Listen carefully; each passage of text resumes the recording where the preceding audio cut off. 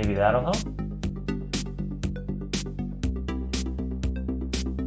I think OBS looks like it's getting sound now. It wasn't earlier, so I think it was just the audio device switcheroo every time I update Windows. Yeah, let me run through my explanation again. Just assume there was like a cool intro and everything. And let me turn down the music a little bit too. There we go. Yeah, so there was a cool intro, I promise. I said a lot of cool things, but I'm gonna go over what we're gonna talk about today. So we're looking at how we're gonna change cases where you are using this question mark, which is the annotation for nullable reference types in C#. We want to be able to use that and just provide a code fix to say, oh, well, I added this, of course I want to be in a nullable enabled context. So let's fix that up. So there's a few cases where this can happen. And one is where you explicitly disable it, which I have here, and we're going to use this as like our simple test case and what we're going to fix first. But you can have multiple of these throughout, you know, so I can do nullable enable, nullable disable, nullable enable again, nullable disable, like I can just keep going. And don't hit Control S by default because I'm in a browser. So what I'm thinking is what we want to do is potentially change this to like nullable enable, and then determine so there's like two things we could do. So we're in a nullable and disable context. What we could do is remove this pragma entirely and see if we become like ask the compiler again if we're in a nullable enable or disable context. And if we're in nullable enable, then we did the right thing. And if we're still in nullable disable, maybe we can't provide a fix. It really depends. So we're gonna start with at least the simple case and see if we can get that working tonight. Admittedly, I haven't looked at the nullable APIs in a while, so it's gonna be a little bit exploratory, and we'll see how it goes. So I went ahead and kind of just set up some of the dummy classes here. So I have my code fix provider. And actually the way I'm going to determine what IDE it's going to fix is literally just look at, if we go back to our case here, this warning here is CS8632. So I'm hoping, I've never actually done this for just a CS, which is a compiler error, but I'm hoping it works. We just copy that in there. So that's going to be what diagnostic we want to fix. This code fix category, what other categories do we have available?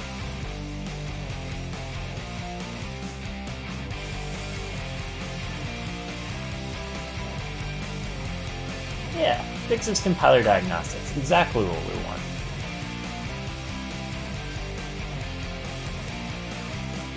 And then for now, let's just assume that we can fix this. So we're going to need our code fix here. And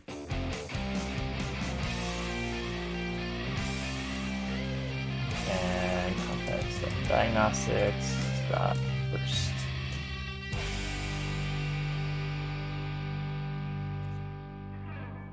I want first, not first to default. Gotta add the links. Then we want to make a new type here.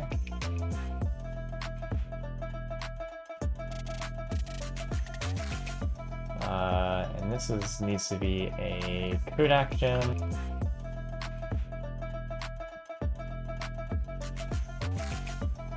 So we're going to inherit from that type. This is kind of just boilerplate on how we implement these things. So let's just say fix nullable context is going to be the string we present to the user. So that will be in the light bulb, for example. So you can see we provide things here. This is going to be the text in this location that we're providing. And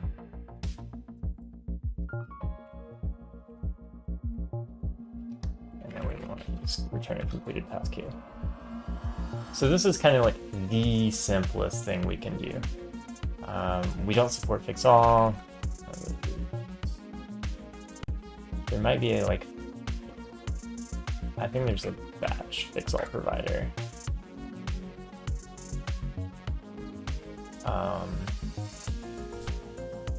But we won't worry about that for now. We're not going to run fix all. We're just going to do nothing.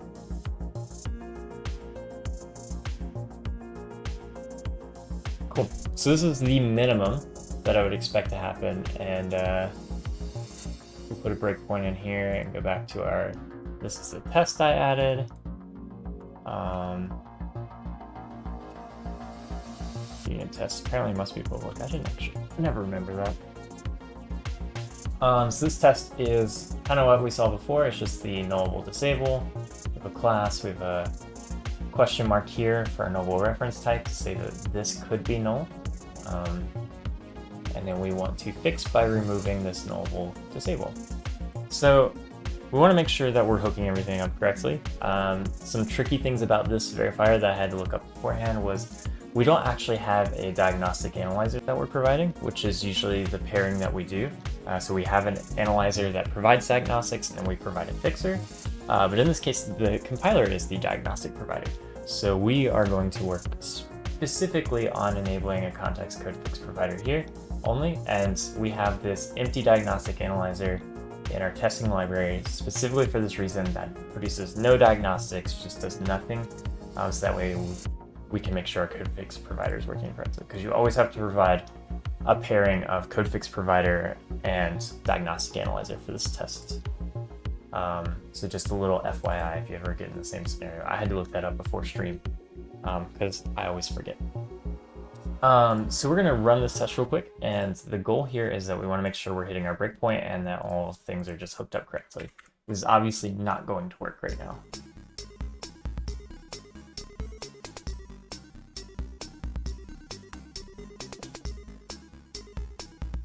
Oh man, I totally forgot to build before I started streaming. I do that sometimes, and it's nice because my build goes faster and we don't just sit here awkwardly and stare at me trying to build. Let's see, what's going on while we wait on this build? Visual Studio 2022 is getting close to the final preview build, which means that our release is coming out soon, like the RTM and everything. Some cool features in there. I think I have one major feature, which is the value source tracking. So go check that out. That's one I added, and a lot of bug fixes. There is, I think, inline hints are being enabled, and then inline diagnostics are 17.1. There's a lot of cool features. I'll have to go look at the release list, to be honest. It's been a while. But it's been a long time coming, so I'm pretty excited about Visual Studio 2022. 64-bit if you haven't heard, so, you know, now we can also use all of your memory, just like your browser. I'm pretty excited about 17.1, which will be the second release. I don't know if people are aware of Visual Studio versioning, but Dev 17 is Visual Studio 2022. And Dev 16 was Visual Studio 2019. So it's kind of the versioning number versus the public title kind of thing. So Dev 17.0 will be the first release. Dev 17.1 will be the next minor update. And that's where we have a few more features, one of which I actually made on stream. So if you've been on some of the streams previously, we did something called Stack Trace Explorer. That's currently just pushed out for code review today after some back and forth on design. But most of the bits that were initially went into making that were all done on stream, which I was pretty proud of. And inline diagnostics also coming up, pretty solid. Looking forward to it. It's going to show errors with information, so you don't have to have the error list open all the time. It'll show the errors in your document. Kind of cool.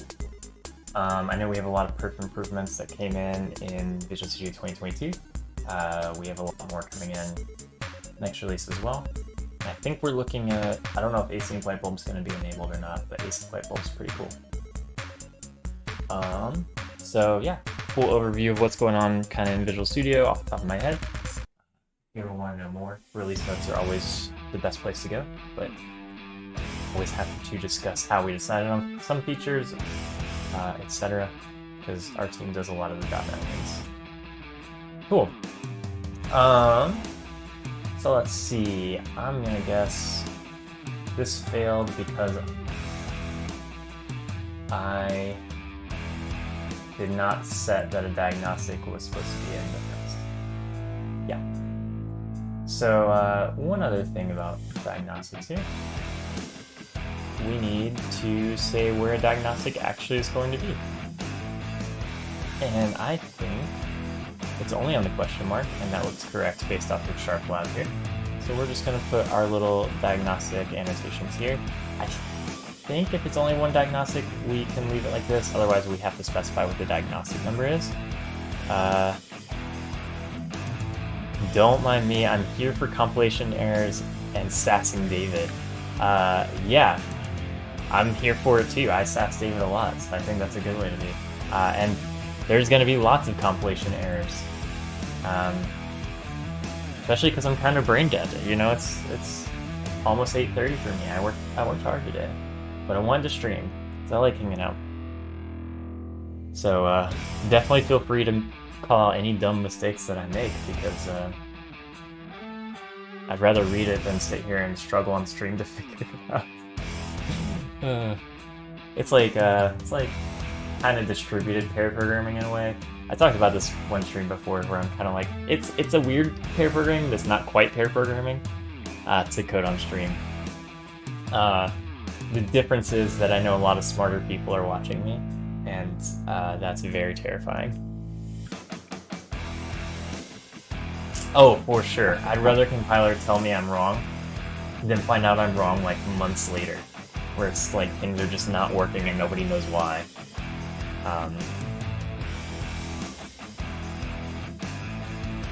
Markup syntax can only be the diagnostic as the first analyzer. We do have to specify the diagnostic ID here. Now the trouble with that is, I, for the life of me, can never remember the correct syntax for this. Nor could I tell you where to actually look it up. So what we're gonna do, and we're gonna find an example of how this works, because I can never remember. So let's just, so they're not using it. We're gonna find a test that uses it. Here we go. It's this. Except in this case, we're gonna use our diagnostic ID.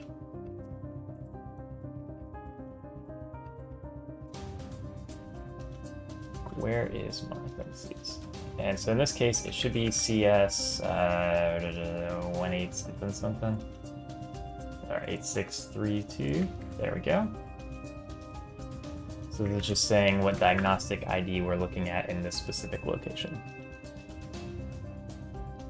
Now let's actually run the test, and it will fail for a different reason this time, we hope.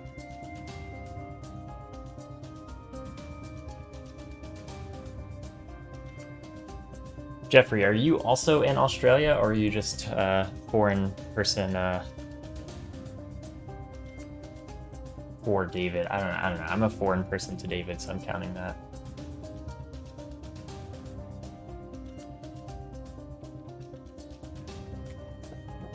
Just change fix all in document to fix all bugs. No!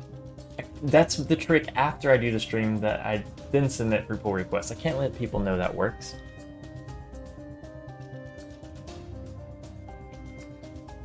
You know, that's okay. I've limited exposure to Australians.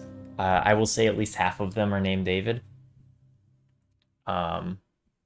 So yeah, we won't make fun of David while he's not here. We'll wait till he gets back and then make fun of him.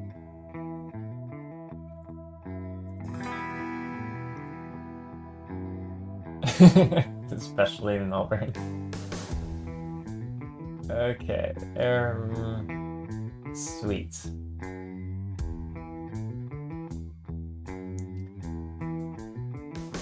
Okay, so we ran through our fixer. It didn't fix this code, so the thing exists. And now I'm going to debug through and make sure we hit our breakpoint, just as we expect.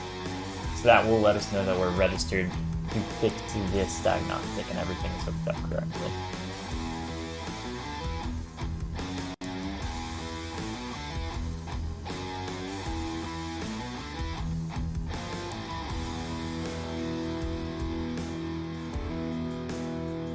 See, now we're not hooked up correctly. That's a bummer. Why can't we get our cool callback here? CS8632, that's the correct number. I copied and pasted it. You saw a hotel show and everybody in Australia had a pizza oven in their backyard. Oh yeah, I completely forgot about that. What was it called? It was Tiny Hotels or something like that. It was for the Airbnb, but they have another name. Because Airbnb is a company, and you know that's what we call things here. But it's like Tiny Hotels or something like that. Of course, we call everything by the company name here.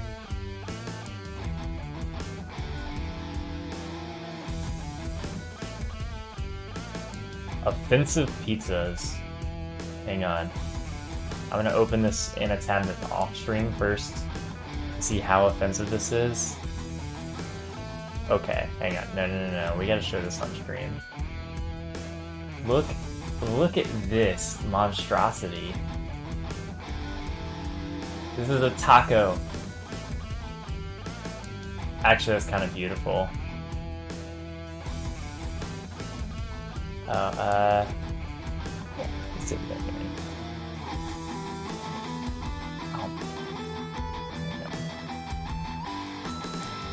What is... Sushi pizza? Jeez.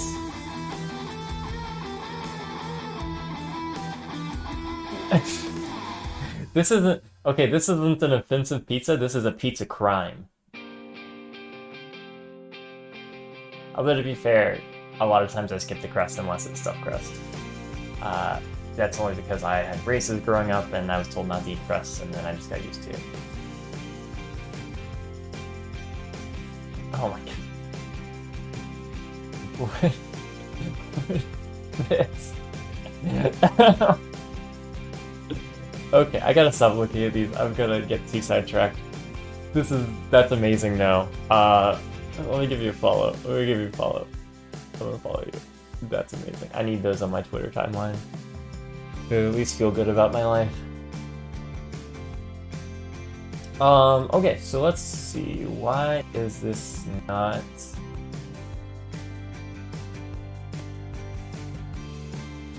Alright, here's a new plan. Find all the references for code fix providers. Yeah, it's just fixable diagnostic. Every time. Forget to export it. It's really important that you export things. This is going to be add normal enable. What do we call these? Okay, cool.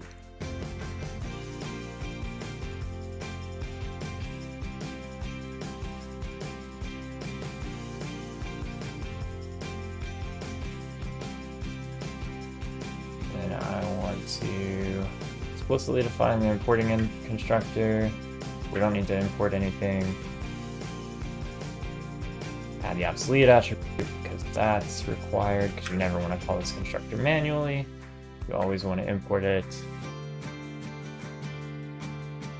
More setup craft. What do we call this? I was hoping it would give me a option to add this without me having to open this file, but it didn't.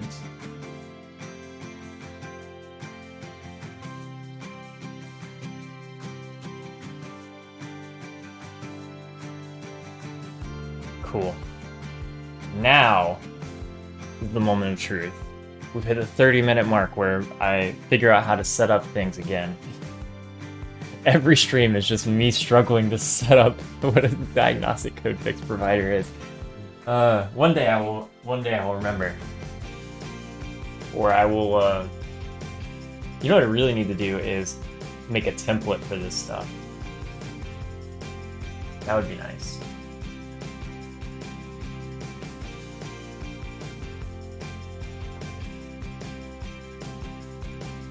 Oh my gosh. There's subreddit pizza crimes as well. /r/pizza crimes. I'm gonna have to check that one out too. Because I like pizza.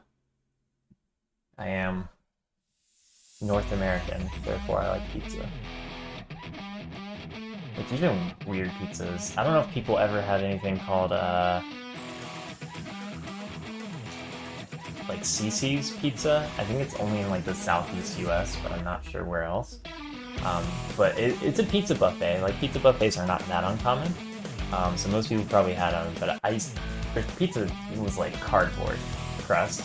But they had all these like random pizzas, and you could just go ask them to make you a pizza. Like, whatever you wanted on it. You could just go up and be like, hey, my table wants a pizza with all of these ingredients, and they would just give it to you. They also had dessert pizzas. Dessert pizzas are really good. They had like this apple crumble one. Delicious. Is there an analyzer which warns on the absence of export code fix provider? Yeah, I don't think there is. There really should be. Which is funny because we did add one for export generator, like the generator attributes for code generators. Maybe on stream I'll finally just go make one that has... Oh wait, no, there is an analyzer for that. Why is it? Hang on. No. This is the thing. It really exists. Why did it not tell me? Let's look at this.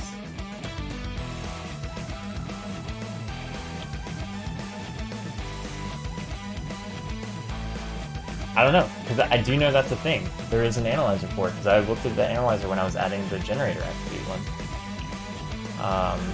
Maybe it's only for analyzers and not code fix providers, though.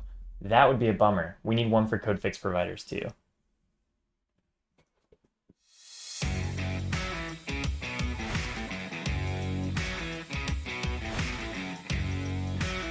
Did I not quick debug? I got a little sidetracked with this conversation.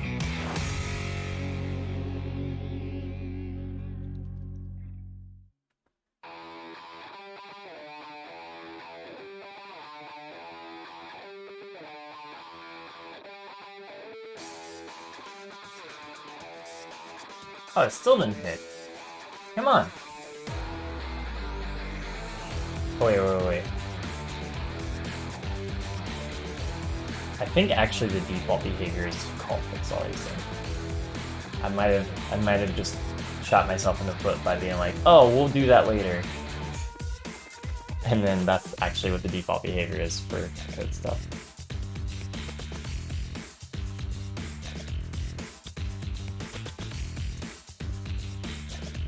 Don't mess with me. What is this? How are we not getting called? Export code fix provider, language name C#. We have a name.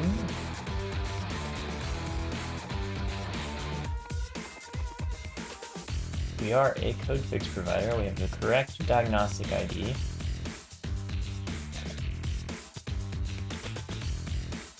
What else are we missing?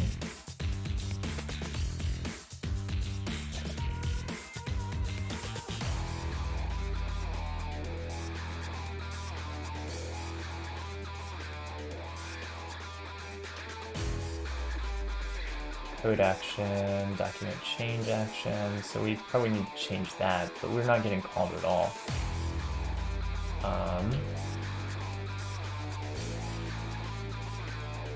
This should be working?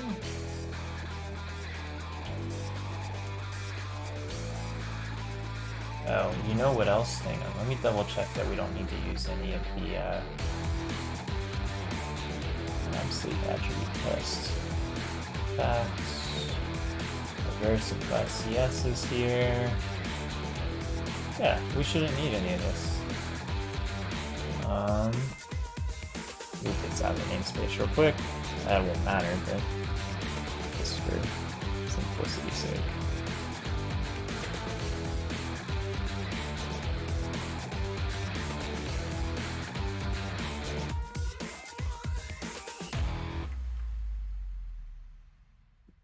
Cool. 83632. Does constructor get invoked? That's a good question. It should. It's a good question if the export is working. I was gonna check because some of our tests need like a use export provider attribute, but I didn't think it was these tests.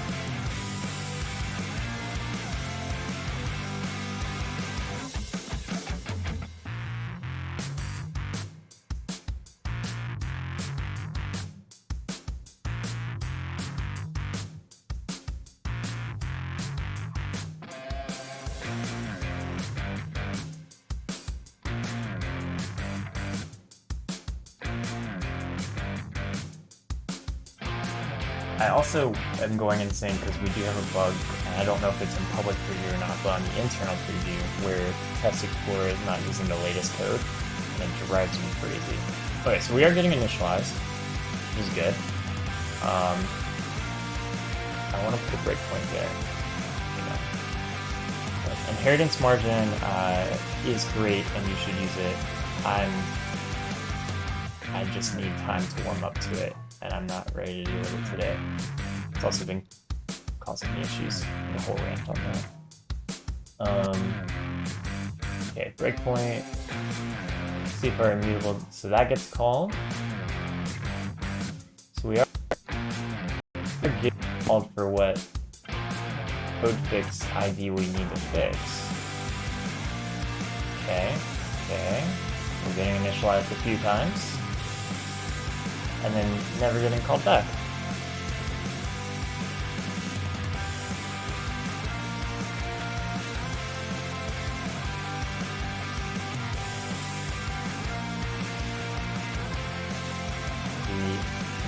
The real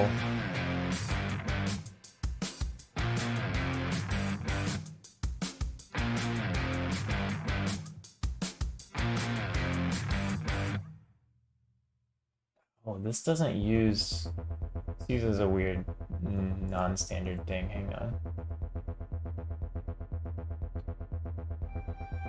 Let's go back to this. So this is in, this is in features. You know what it might be? I might have put this in the wrong place. I'm not sure C# code fixes is the right place. This goes back to layering questions, and if David ever gets back, he can also vouch for me that I still don't understand our layering at all. I just know I get it wrong, especially on stream.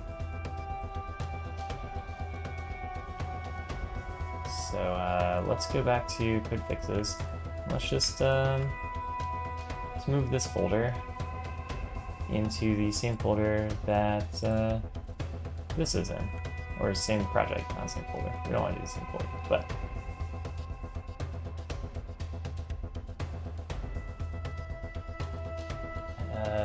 enable enabled. This guy, okay, sweet. And then we're gonna want to move our tests as well, then.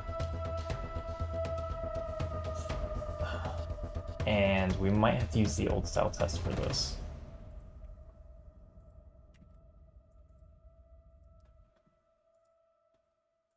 Okay, so let's see, this is here. So these tests, which are in just editor feature sheet. Sweet. Okay.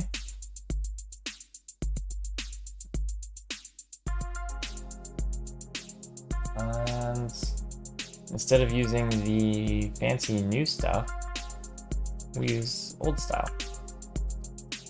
And then I'll ping somebody later about whether or not the new stuff should work on that. I'm sure it's something I'm missing. I don't mind converting tests once I've written them, but I do want to actually like write some good code here. C# diagnostic provider based user diagnostic test. Rolls off the tongue.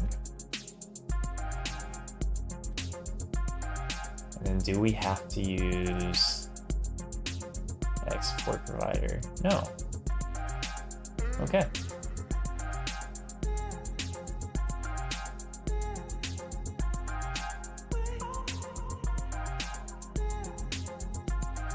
And then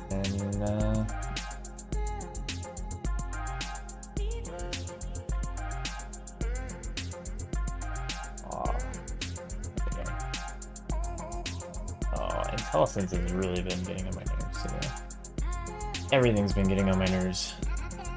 It was a day where I literally had to change my refresh rate on my monitor because Visual Studio was going too slow. I'll let that one sink in for a bit.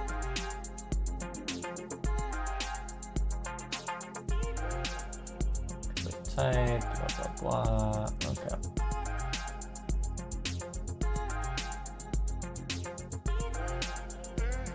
Cool. And then we want to look for the table because this moved it. Sure, I wouldn't go from this.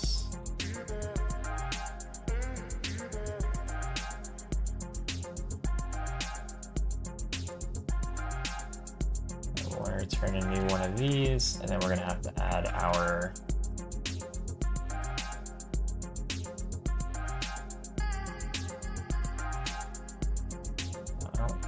why does it suggest that? How is this organized? Is there like code analysis for every .NET front end, VB, C#, etc.?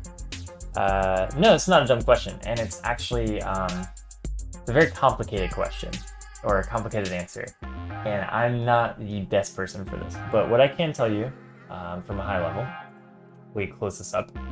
So compilers, pretty self-contained. That's the compiler layer. So everything that we ship that parses .NET code, or in this case, it's C# and VB. We don't do F#. They have their own compiler, but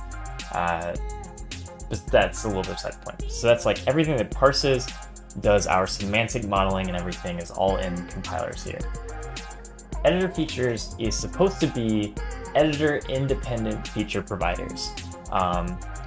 Specifically for Roslyn, that means we are targeting things that are both all VS Code, Visual Studio, and VS for Mac. So these are independent. We do have a few layers within here. So you can think of compilers as a very input-output system for how to reason about code. And then everything beyond that is how the editor helps you to code. So editor features are supposed to be there to help you code more efficiently. We do have to have code analysis for every specific .NET language we work for, but there is abstractions that we can work with that can go across multiple. A lot of times you can make a whole feature without ever having to dive into the specifics of Visual Basic for C#, for example. It all just depends on how close the languages are and if the abstractions we have are sufficient. In this case, we're working on something that's only in C#, so we don't have to worry about Visual Basic. C# is the only one with nullable reference types right now. But no, that's a very good question, and it is definitely hard to reason about sometimes. And even within our editor features, you can see we have WPF. So this would be any WPF editor that is not specifically Visual Studio, because we do technically have other editors, although we don't firsthand support them. And we also have Cocoa in here somewhere up here. And then if we have anything that specifically depends on Visual Studio APIs, we have Visual Studio here. Some of the other stuff like interactive, this is for .NET Interactive and how we host that. The features layer is below editor features, where it's supposed to be features that don't need an editor to function. So there's a few of those. The there is kind of hard to explain, and I'm not fully up to it myself. And then we also do have like code style stuff that we ship in analyzers that are external. So those would be things that like diagnostic providers that can ship and you can run from the command line builds, for example, and you don't need Visual Studio or any other editor to see them. That's actually a good example of where the layer differentiation is. So if a feature exists and is going to work for .NET but doesn't need an actual editor to work. So like analyzers, for example, can provide fixes only in a context where it work like kind of editor feature layers kind of exist, but the command line builds still provide diagnostics and tell you when stuff is wrong. So those don't need an editor to tell you things are wrong.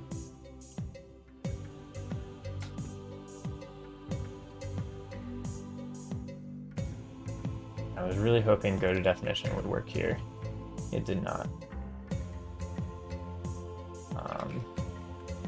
So what we're gonna do, suppress this in source. We are gonna have to call this.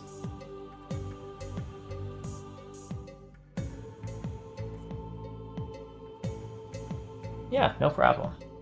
It's definitely complicated, and Roslyn is a rather large solution. I think we have 203 projects right now.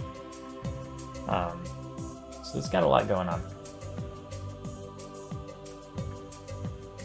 Sweet. And then, oh. This is public, this is internal. What is it complaining about?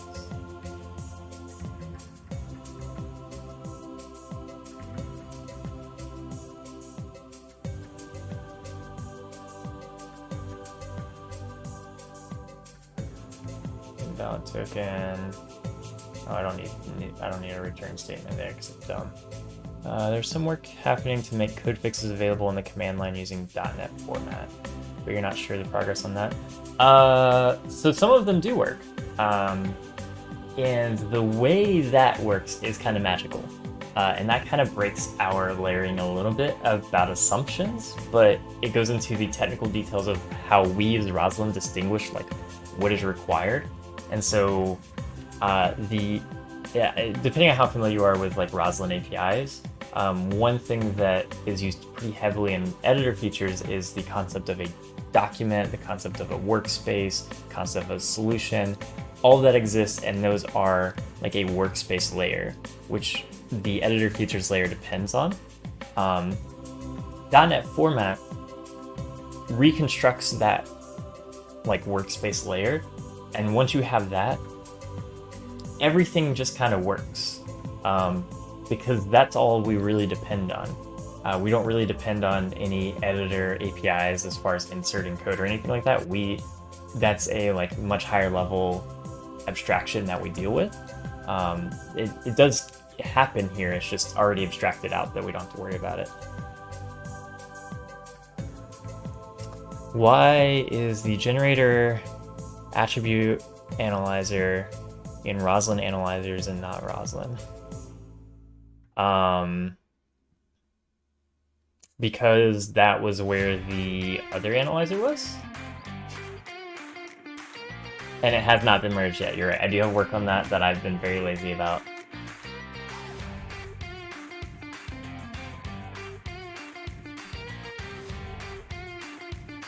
No, I think it's in Roslyn analyzers because it's a meta analyzer that we ship as part of the Roslyn APIs and shouldn't be provided in box. And so we ship that package outside of Roslyn analyzers. You hope Roslyn can take a dependency on it. Yes, so it's a NuGet reference that you add and that analyzer will work, and we do as well. But it's not something we want everybody to be using because not everybody is using Roslyn APIs, so it's a very like niche thing, and we don't want it to be default and for people to pay the expense of having all this stuff run that they're never going to use. All right, test in regular and script async. Here we go. Initial markup and our expected markup. In these cases, Cool. Let's see if this hits these breakpoints. And if it doesn't, I'm going to be even more mad that I moved everything around. Because I'm still not sure the correct layer in here. I can never tell where fixers are supposed to go. I just assume somewhere and let someone yell at me if it's supposed to be somewhere else.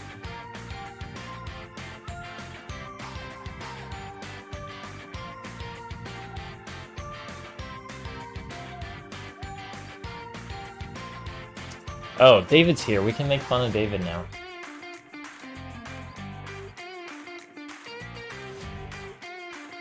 I heard he's a weirdo even for Australian standards.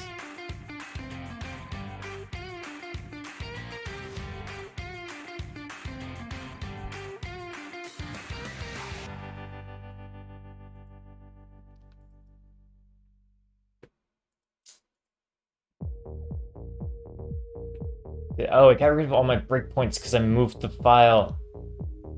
I can beat it. Compiler's slow enough, I can beat it. And I know this is gonna get called, but we'll double check. Welcome back, David1. Generic. What is the generic identifier for David?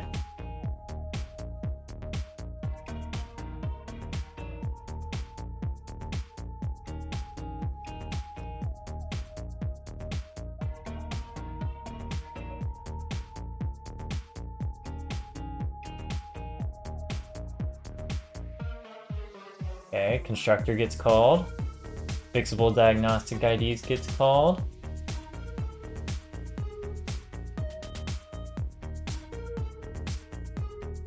Don't do that to me. What is happening?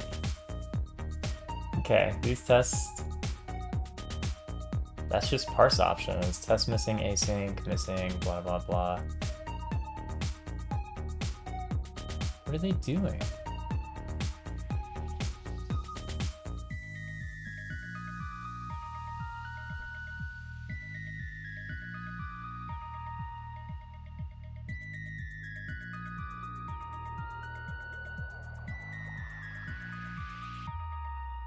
This is why I have to write tests for this, but... Alright, let's look. Let's close this zone up.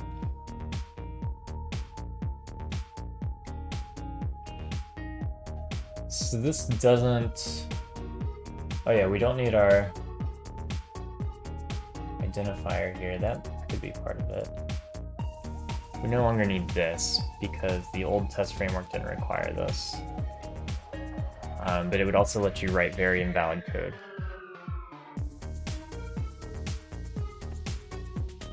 And we'll do...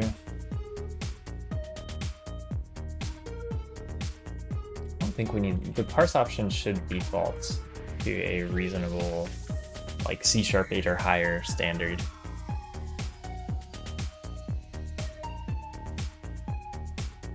If it doesn't default to C# 8 or higher, I'm gonna be sad. Which actually would be pretty on par for today. The parse options. No. Create test parameters. The options are here, so they still could be null.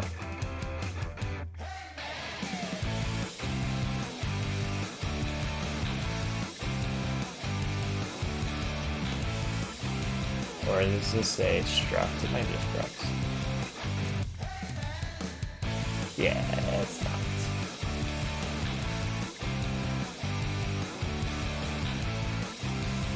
Okay, we know this is being called. I'm gonna remove these.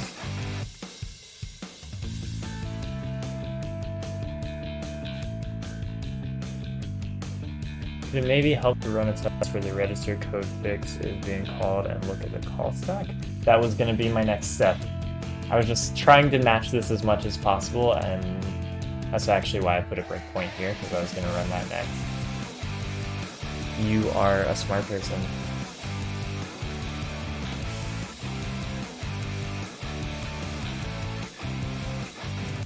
So this is, okay, hang on. We're inheriting from the same abstract class.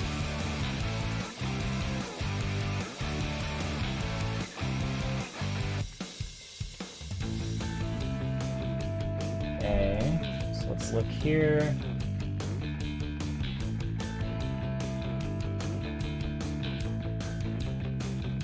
Intersected diagnostics where intersects with span. Where does the span come from?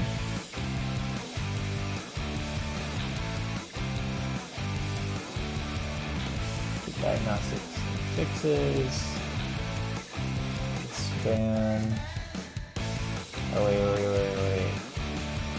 What the heck?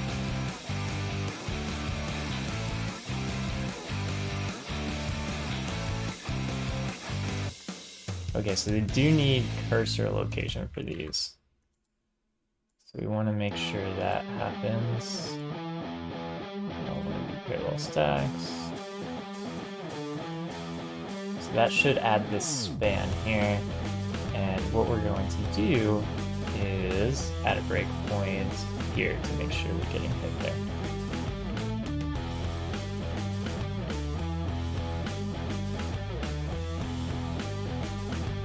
Span, it really is not a descriptive enough name for a text span. We have so many spans. We even have like 2 or 3 text spans. It's a generic name. It's a very generic name.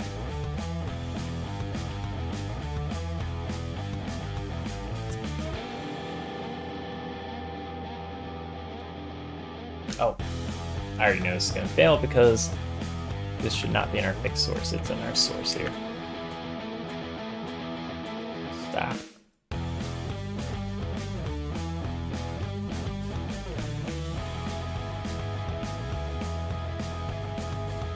Yeah, I don't know if we're ever gonna rename any of that, but what would you call a text span normally? Do you just call it text span or span, but because now we also have memory spans, so like span T, so I guess that's not good enough. Do you just call it a text span? Could be.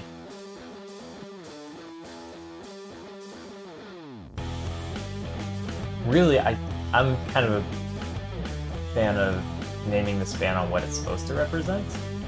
So in that case, these spans should probably be called something like selection span or something, right? Because it's supposed to represent where the cursor is for a user. See, text span at a bare minimum, yeah. Oh! Are we doing it? Oh, I hit the wrong button. Chat, we did it. We have successfully hooked up a code fix provider. Look at us go. You definitely thought it was span T when you saw that. Yeah, no, that's fair. If I didn't work in text spans like 90% of the time, I would probably think the same thing. Oh yeah, okay. Now we actually have to do work. The work is not just hooking it up is only half the battle apparently. All right, so we want a new code fix. So let's I'm gonna show a little bit of stuff that goes on here. So the context that's passed in should have the document, the text span, aka span, that triggered this, the diagnostics itself, and then the ability to register a code fix. So what we need to fix this is we will need the span, the text span, the document that span is in. We won't need the project because the document loops back to the project. We'll need this cancellation token because that's how we cancel work correctly. And that should be all we need to actually fix this stuff. So if we go back here, we're going to pass this to our code fix. And we want to make this something more than a code action. This is going to be I think there's a document code action, but let's go to implementation. my code action, blah, blah, blah. There's a bunch of my code actions. Fix all code action. Maybe it would be faster just to look for a document code action. Because all of these are just, oh, document change action. Here we go. This is what I want.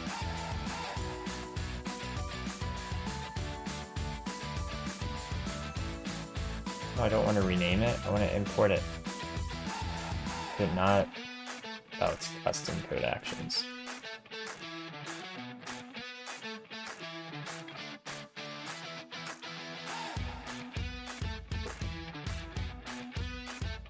Sweet. Okay. There we go. So this will give us kind of a good idea of what we need.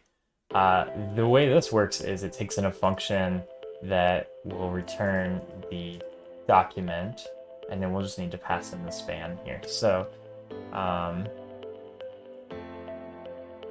let's do our code fix. Code fix. And we're going to need a title, so instead of providing a title there, this one actually takes it in the constructor. We're going to need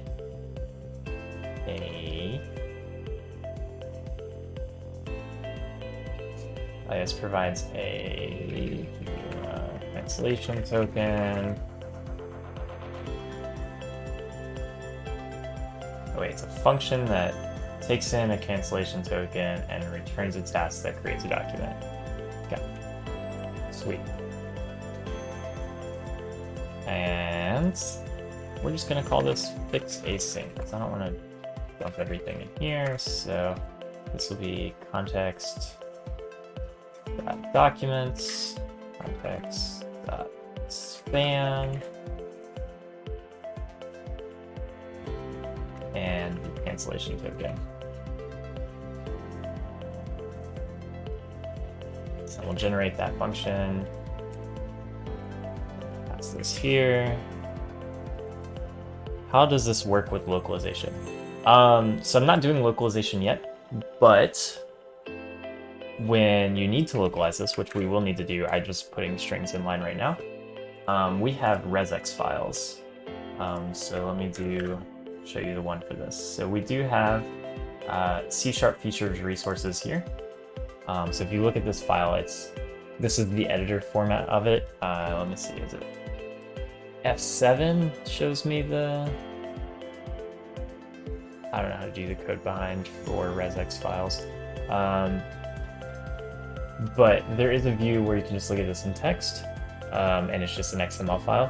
And then this will generate resource files that are localized. Resx's are kind of a standard in .NET, I think, at least Windows. I don't know where all they're applied. But what happens is basically we have translators go through each of these and translate these to like actual things. And actually, you know what? Just to be fully transparent and a good citizen, we can just go do that now. Because it's actually very easy to do.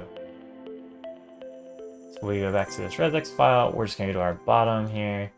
And we're going to add our string. And it's going to be called fix nullable context. And then by standards, we do fix nullable context. So this is going to be the variable name here. And then if we need to add any comments for translators here, that's good for them to know. So in this case, I would want to say like nullable is a language term. So that way they know, it's like nullable enable and nullable disable are both like language terms, so they're going to be standardized. So we want to make sure that nullable is continued across. So once we save that, what we're going to do is build. We might not actually be in a buildable state. But when we build, close all this now that I've got all this working.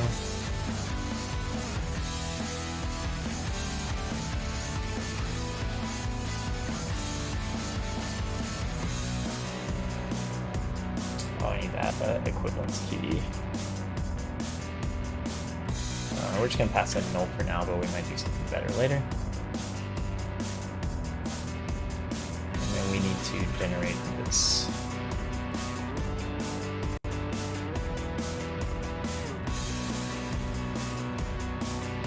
I really should just stop the build, because I know it's not gonna work. Let me get this back into a compilable state, and I'll show you what the output of that looks like.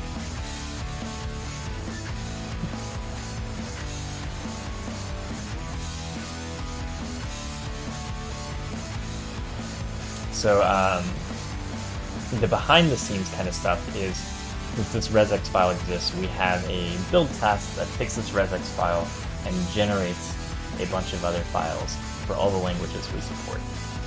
So once this build is done, we should see in Git, actually, we're going to see these files changed.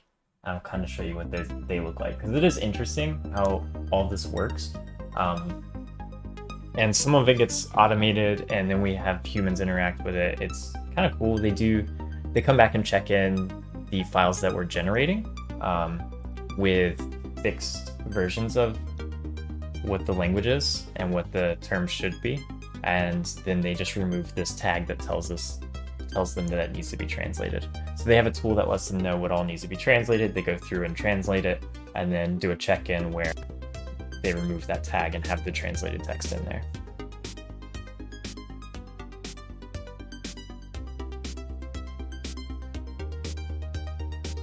And as far as I know, that's pretty standard across Microsoft. We just pay translators to do stuff like that.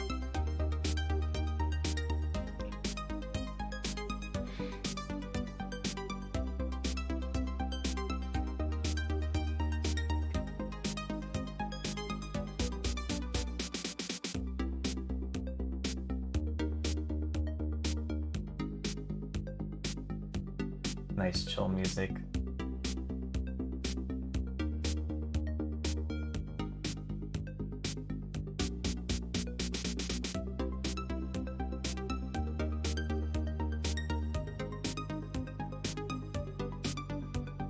Oh, Brap, I didn't see you followed me.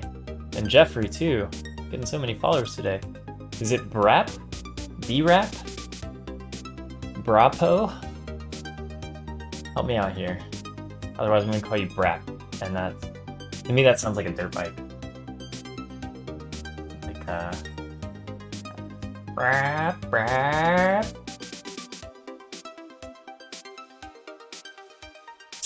And you got the pronunciation, Brap. Okay. I like it.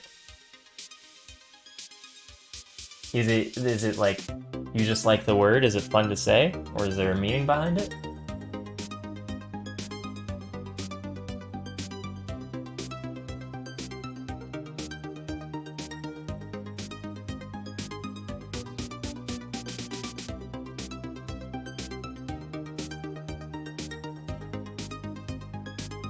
You're Ricky from the compiler team.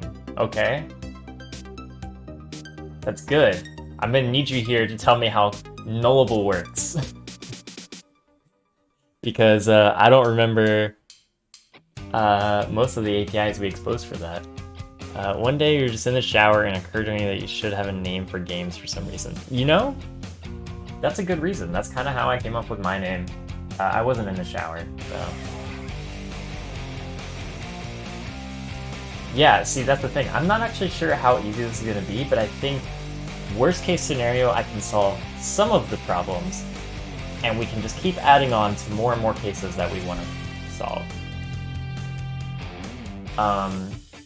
So if I remember correctly, the compiler APIs do tell us if we're in a nullable enabled context or not, right? So if I give them a specific position in a document, I can tell if I'm in nullable enabled, nullable disabled, etc. I don't think I'll be able to know for sure why that is.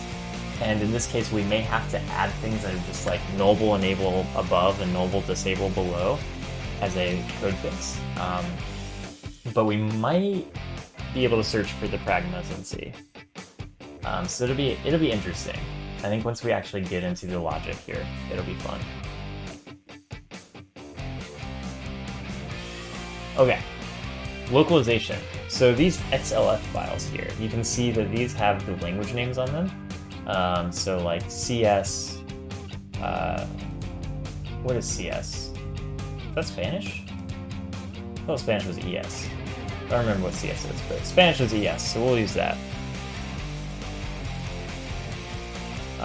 So you can see this adds a target state new, and this shows my note that I added, and this is the original source.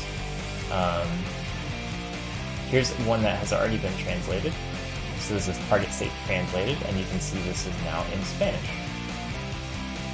So these files, once we generate them, just get checked in by people who know how to speak the language. And it's kind of cool. Wait, aren't I fixing the question mark shouldn't appear in non-nullable context, therefore you'd only want to get called if it wasn't already a nullable context. Correct.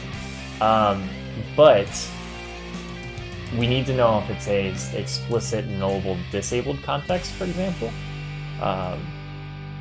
or if nullable is disabled project-wide, and that's why it isn't.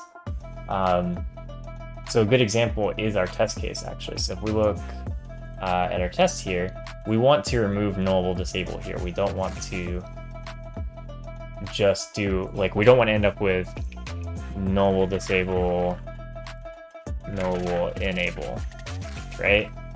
That would be kind of dumb. CodeFix can change the project level setting, maybe, but I'm not aiming for that yet.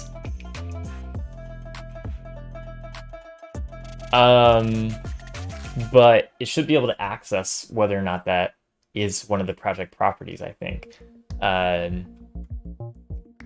So I think that will be important. Yeah, honestly, I'm not sure how we're gonna do this. This is one of those things where I ambitiously decided this was a great idea and I want to do it and I want it to work because I think this is a good feature moving forward. I'm not sure we're going to solve this all in one stream. This might be another multi-stream problem.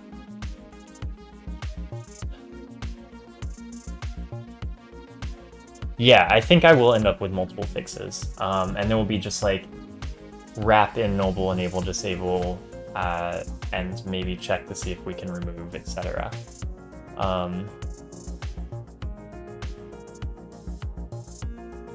Okay.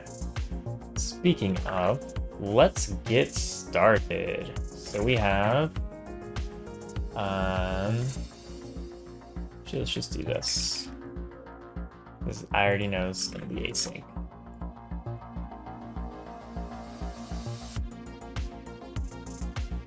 Do we have to get required syntax root here? Oh, I have to import something.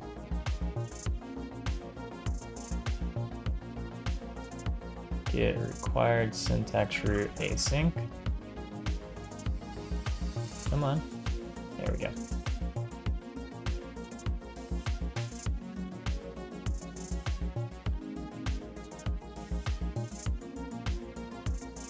Come on. Come on. You can catch up to me. I believe in you. This is the node we're going to be working on. So it's going to be root.find node span. I believe this can return null. So for now, we're just going to return the document in case that returns null.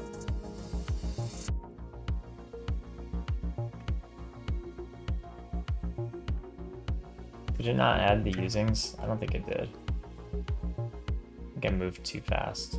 There we go.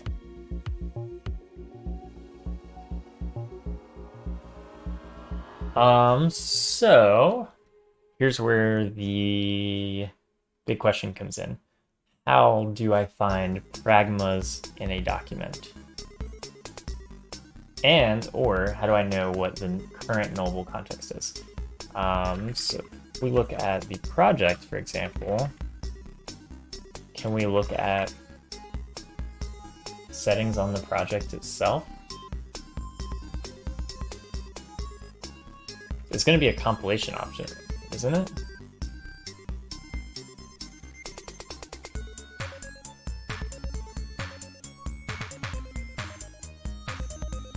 is nullable context options. Perfect.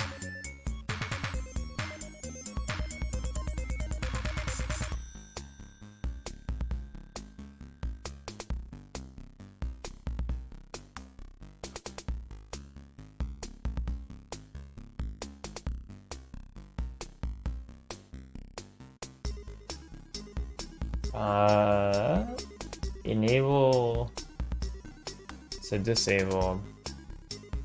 We just want to make sure it's not disabled, I think. I'm actually not sure what public API is for get nullable context deposition. Compilation will tell you at the project level though. Yeah, so this is how we know if the project has it enabled. And actually, you know what?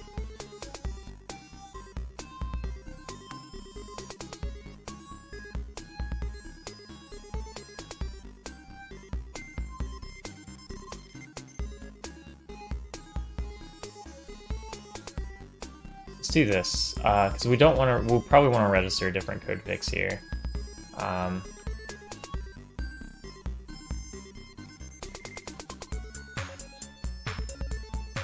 in this case, we're assuming that we want to add, like, we're gonna enable, so the project has it enabled.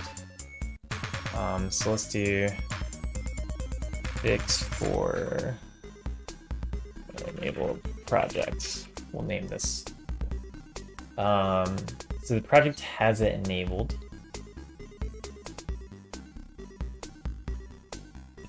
And we need to find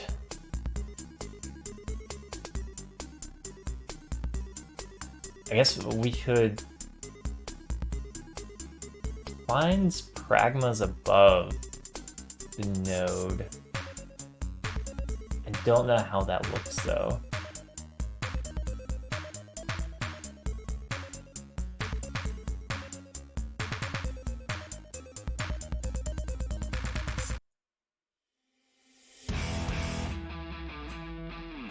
Why is this nullable? That's the case, we don't want to do anything.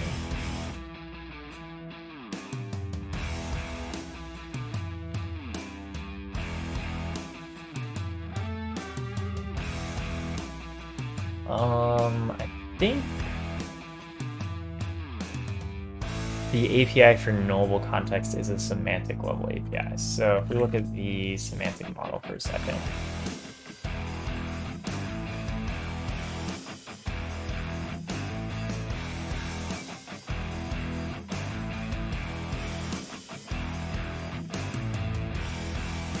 This is how I explore all APIs. Analyze control flow, version.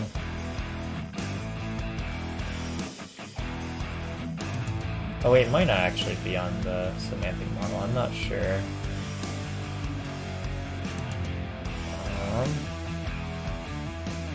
Get nullable context into position. Look at that.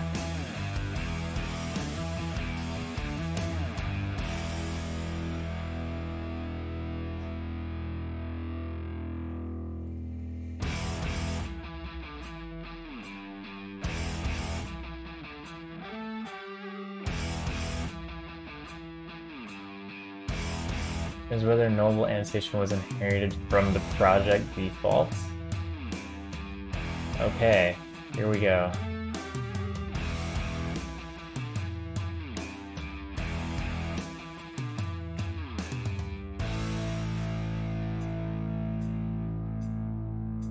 But we already know this is the case, right? Because we're in a case where the project has it enabled and we're in a disabled state.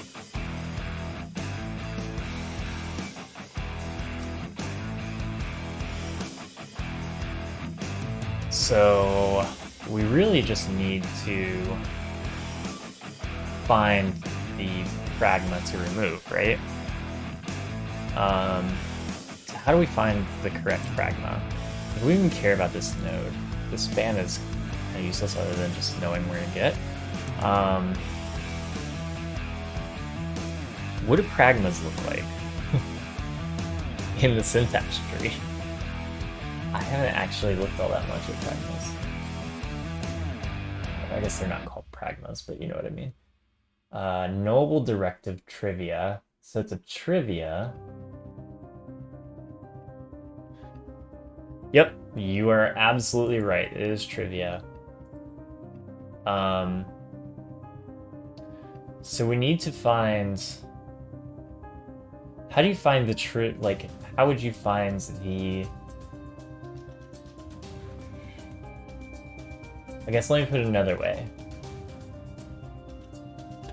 This works, but keep in mind, embeddedness doesn't matter too much, right? So if I had class A here and had knowable disable here, since this just applies for the rest of the file afterwards, find ancestors won't work because this won't be an ancestor of our class declaration with our method or whatever, right? This is just a knowable trivia in the middle of nowhere.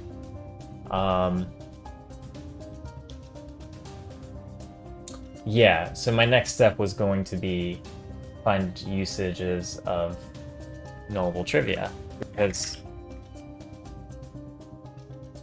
let's see, knowable directive trivia.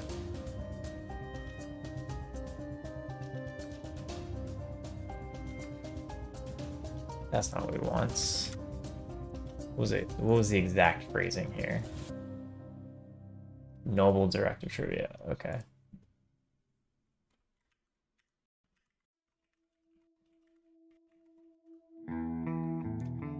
So we might just have to find all the knowable directive trivias and find the one with the line number that's above our current span. That might be the best way to do this. That seems heavy though. Like, honestly, just searching for knowable enable in text would probably be faster than that.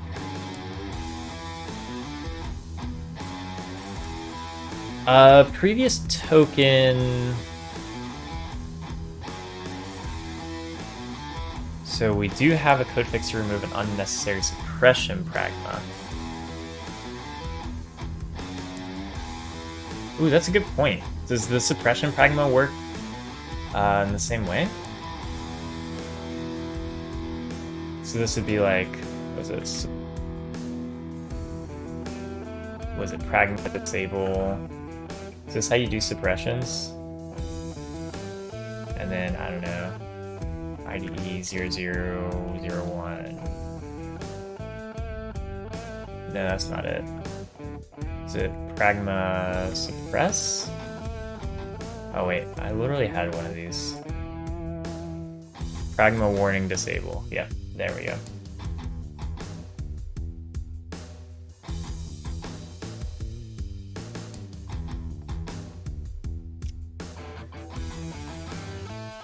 If it is helpful, don't want to send me down the rabbit hole. I'm already down the rabbit hole. Like I don't know what I'm doing. Can remove pragma trivia. This goes by the start token. Fixer is start token true.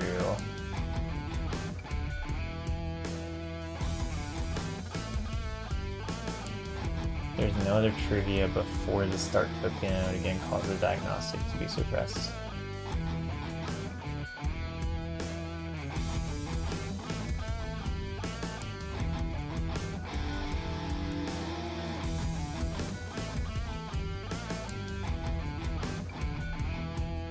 Alright, I'm going to keep this in mind because this is actually, again, kind of complex code. Let's see, one of the disable directive and trailing enable directive. So what they do here is get trivia list for suppression. What does this do?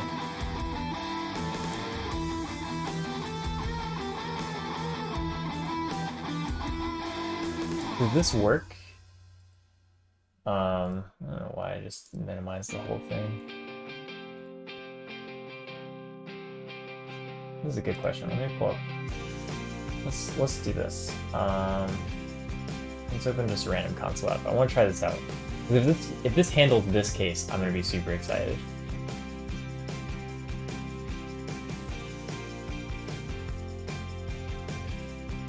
I'm not sure it does though. I think the one for suppression specifically looks for cases. Okay, so I don't know, like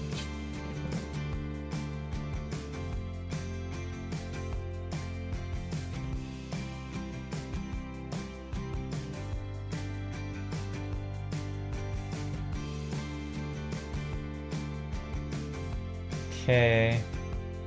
So what if I make this public? So this is no longer needed, right? So this should offer to remove it. But what if, God forbid, anybody does this?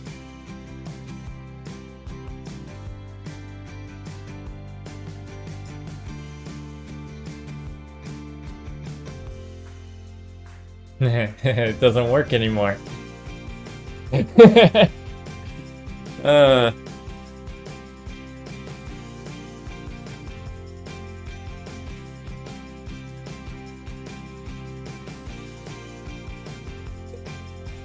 Yes, I totally forgot to mention that .NET format is going to the SDK in .NET 6.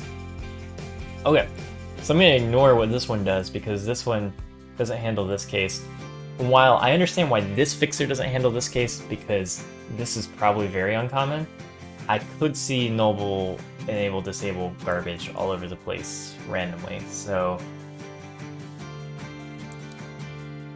we're going to go with that's not quite our solution. I'm going to open my editor back up.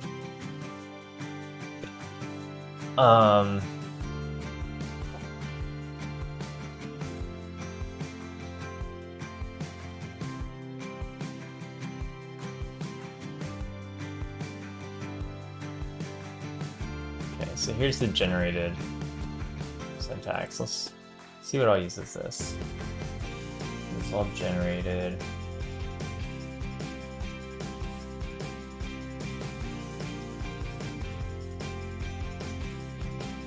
Does nobody use this?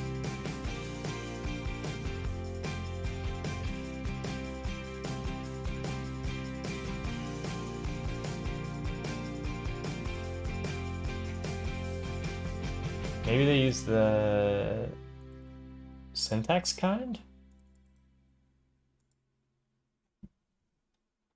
This is all just generated stuff.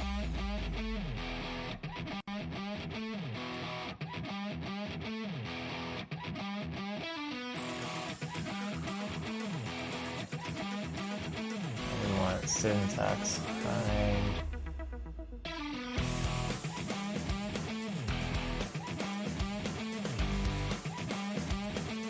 We want the nullable keyword probably. Yeah, because these are still preprocessors.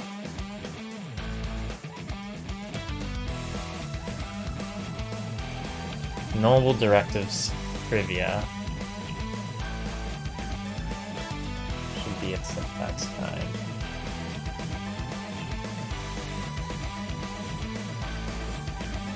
Yeah, there it is.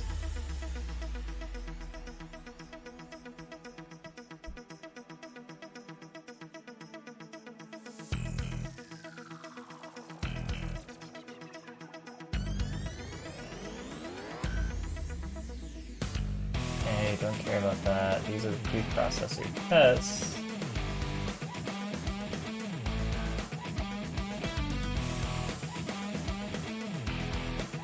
What?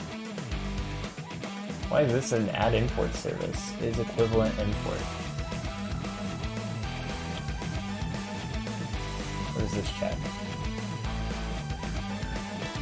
Oh, ignore child. It's ignoring direct this. Julia. So since this is now a general Roslyn team meeting, anyone know how their headword compilation options are parsed? This is, and my stream is just our unofficial meeting location.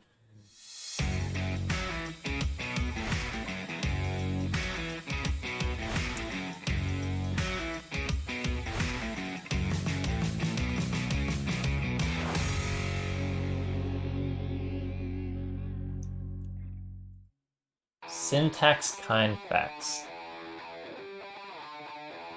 Yeah, I like we don't really do a lot with these, do we?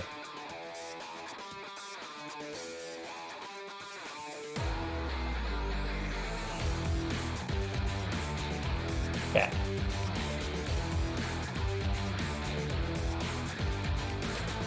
How expensive is it to just go through the whole syntax tree? Is that a dumb idea?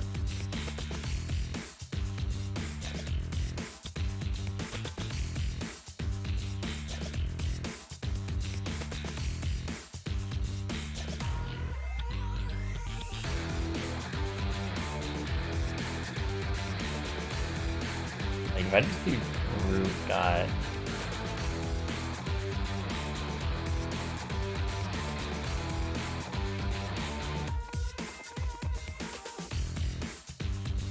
descendant nodes and tokens.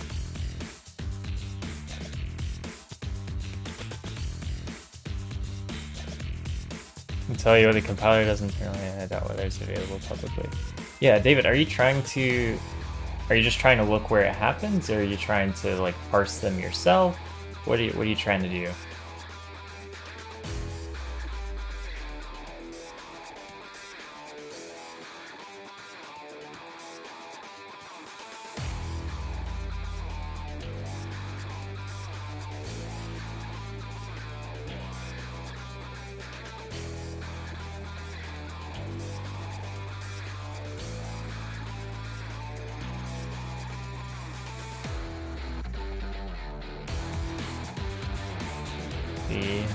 And then this is syntax facts.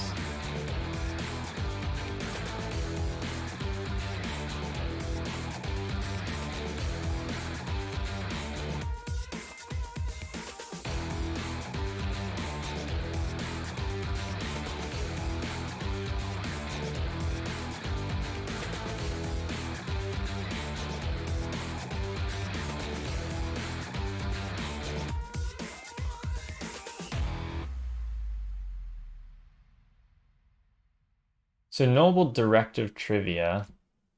Hang on. I'm gonna need to check. I just need that.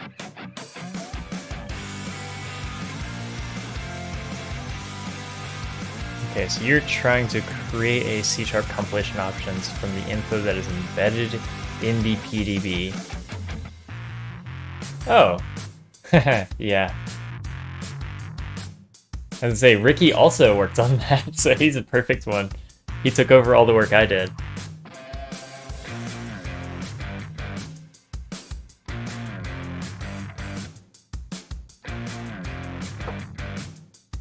Yeah. Ricky actually is a better expert on this than I am at this point.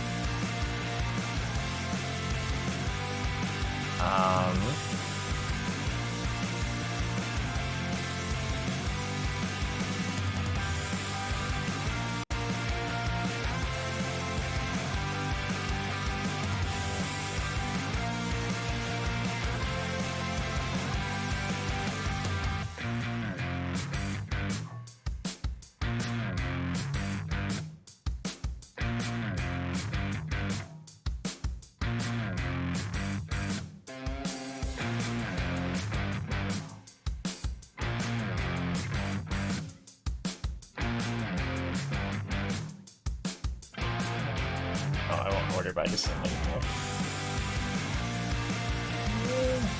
Actually, I just want order by, I guess. Doesn't really matter.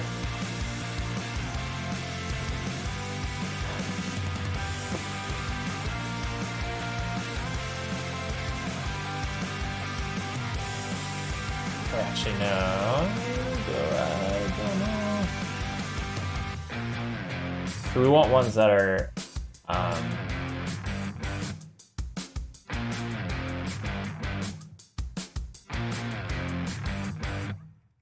before our span that we have here. So, because they can't be the same span. I'm sure this is going to be wrong somewhere.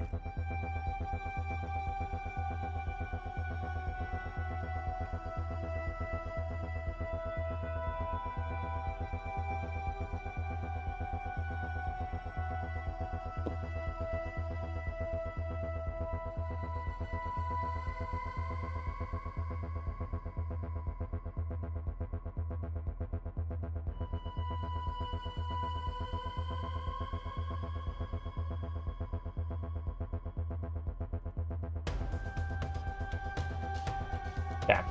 So this should be the nullable directive that we need to remove. So can we just do like root.remove node and do... Is the nullable directive trivia? That's going to be a token.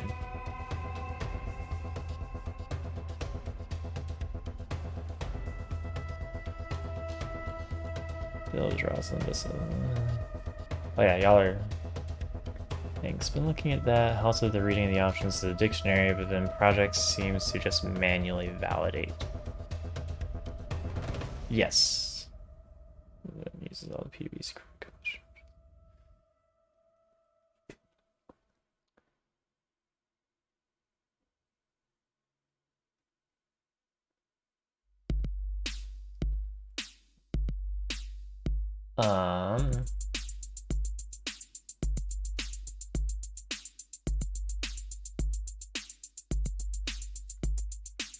Why don't we just remove this?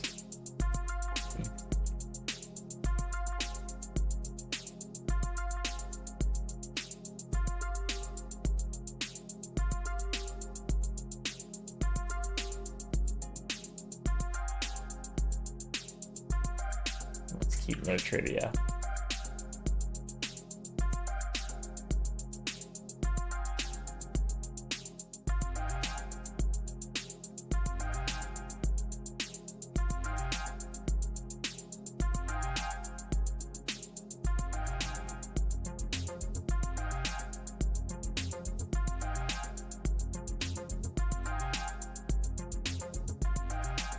How can remove node return null if you don't pass a null to start with? Does it fail to remove the node?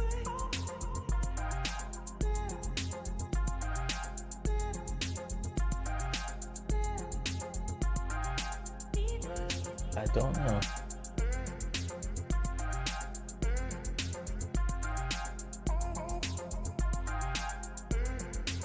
Cool. Let's see what happens. Add nullable enable test here.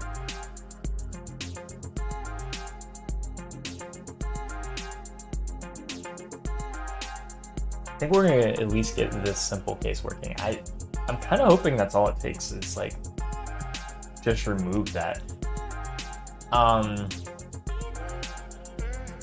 There are cases where that might not be correct, but it's just as long as we do something, right? And then the next case I think will be if it's disabled in the project but you want to add an enable, then we'll probably add an enable at the top of the file would be the way to do it. That's kind of where policy gets a little weird.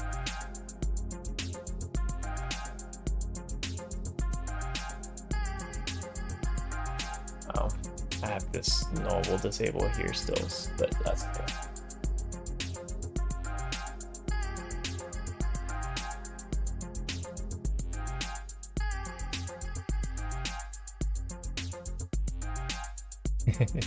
Yeah, Ricky, it's kind of magical that you got that working because I had so much trouble trying to figure out how I was ever going to get that working in CI builds. And you just nailed it.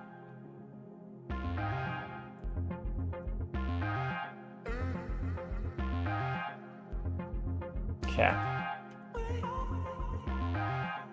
So this should be... Whoa, what? This is disabled?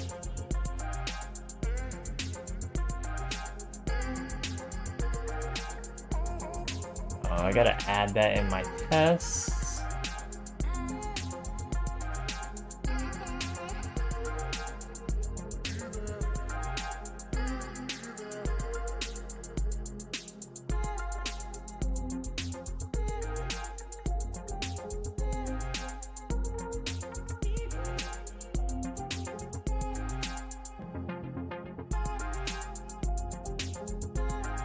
Compilation options take it as a that, or should I just do like a dot with? Oh, can't even do that.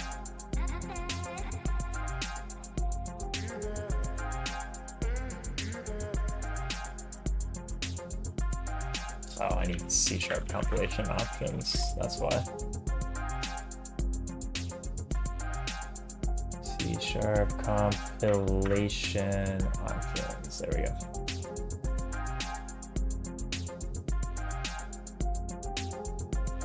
But there's a default on this, isn't there? Can you create a C# compilation options? I thought you could. Yeah, totally can. We gotta have some defaults though, right?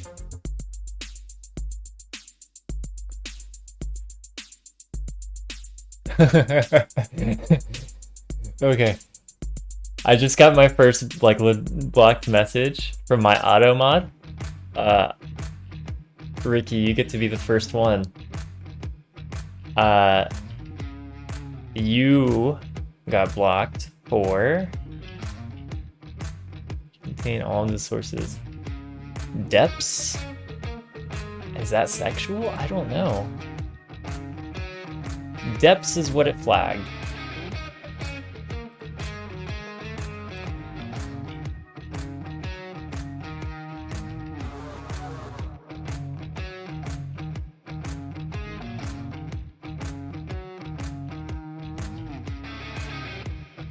There's got to be some default compilation options, right?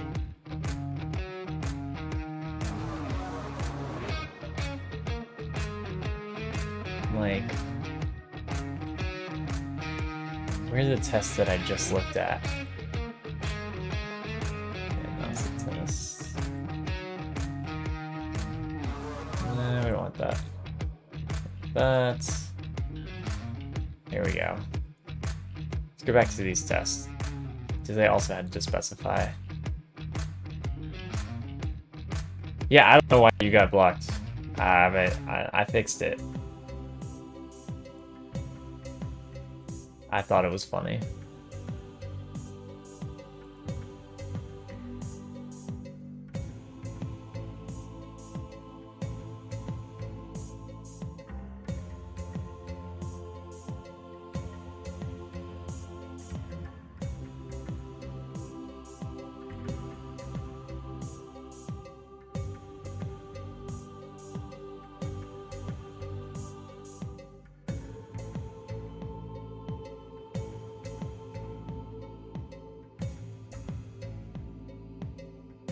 I could have sworn I saw some compilation options.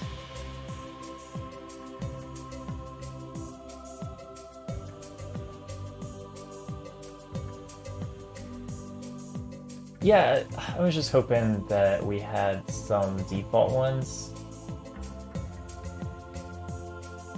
somewhere. Like, yeah, I can just do an output kind. I think that's the only thing you really need. I guess that's fine.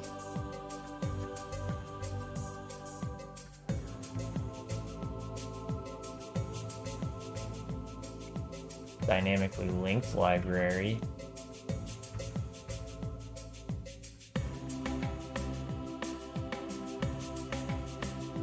No. Warnings.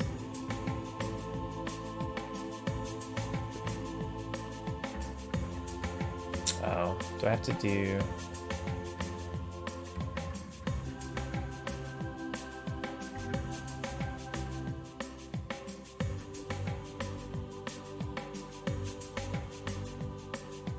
I swear, I'm going too fast for the IDE now and it's really frustrating. Every time I hit like space or enter and it actually inputs enter instead of doing IntelliSense, I die a little inside. Alright, let's just do...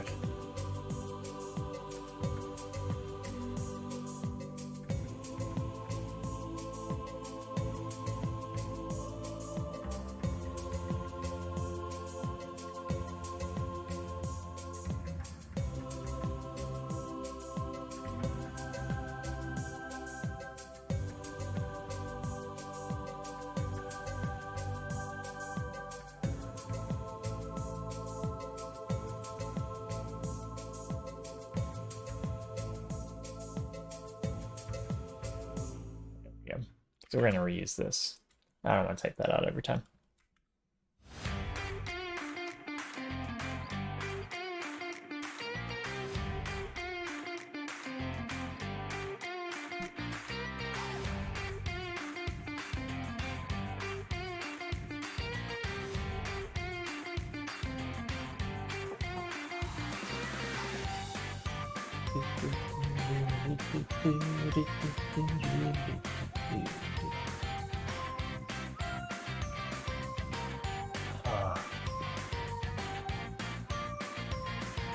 I do like that usually my workflow is I get one test working and then I write like 10 tests and most of them work.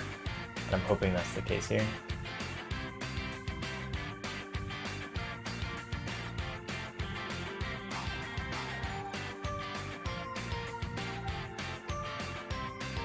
It's like test-driven-ish frame development.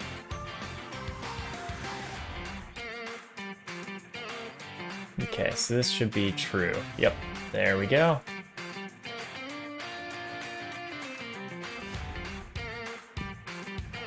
Guess I didn't check any of this. Yeah.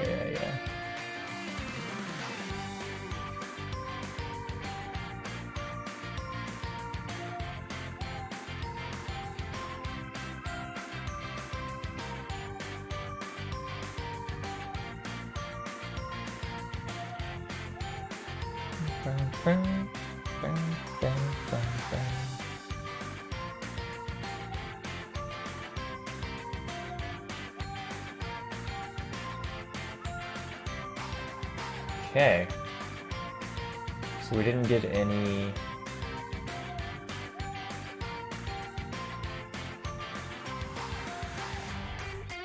Any nullable directive trivia? What?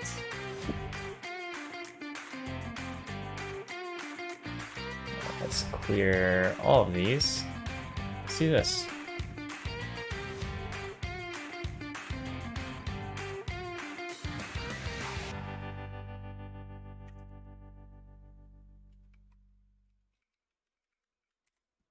We can just look through the whole tree. Okay, class declarator, open brace, field declarator, nullable type C.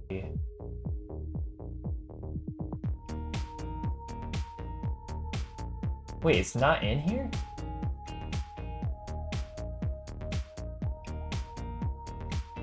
What the fuck?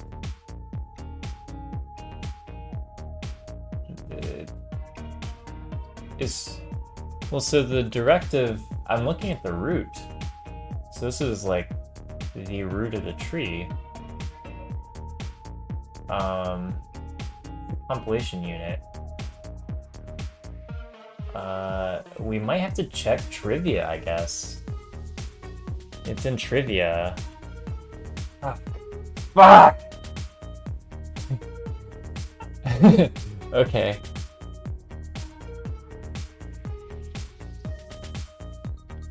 So we need this, or we need...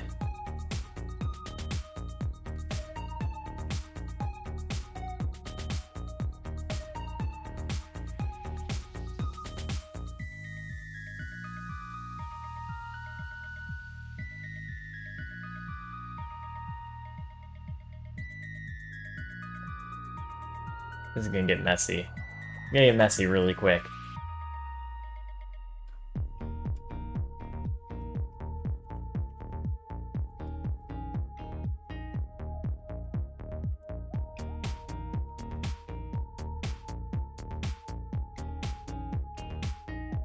Root descendant nodes and tokens descended to trivia true.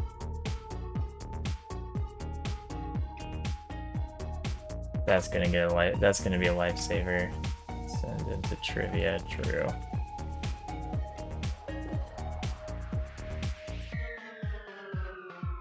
Okay, hang on. Let's make sure this returns what we want.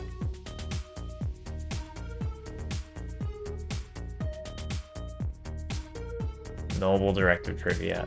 Thank you, Joey. I was about to write a big dumb. Okay. Okay, we got this.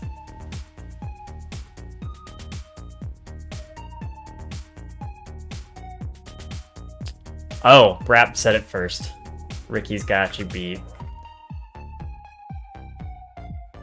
Wait, what? Did I just hit an exception? What did I actually write here?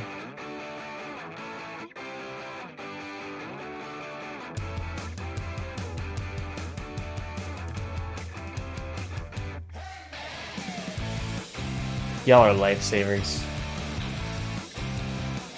I'm gonna have to start just spamming our Teams chat with like this stream and we just hang out and watch me code and teach me stuff.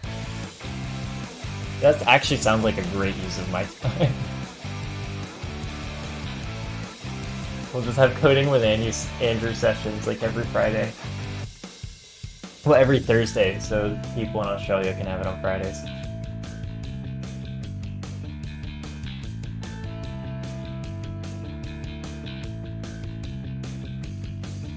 Yeah, no, it's yeah,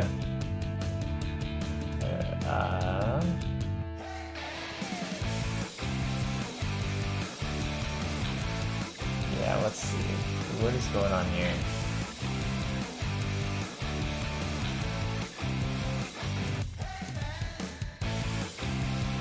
Yeah, it's kind of fun to just code with people every now and then, throw out ideas and stuff. Like,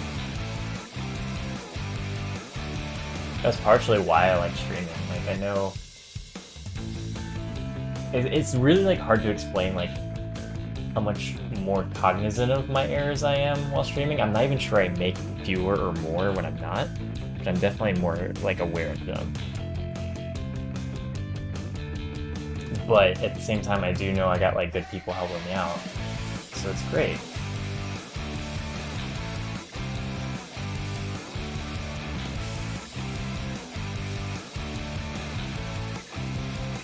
What is this failing on? Like, this is not even...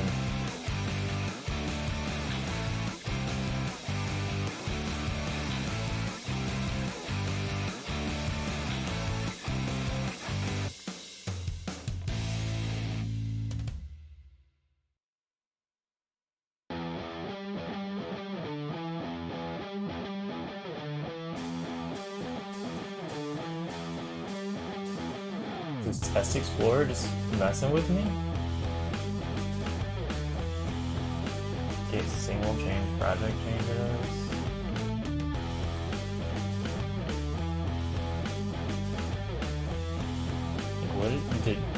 What? What happened? I'm not even hitting any of the breakpoints anymore. Test Explorer still have the out-of-date bug in public preview? I think it does.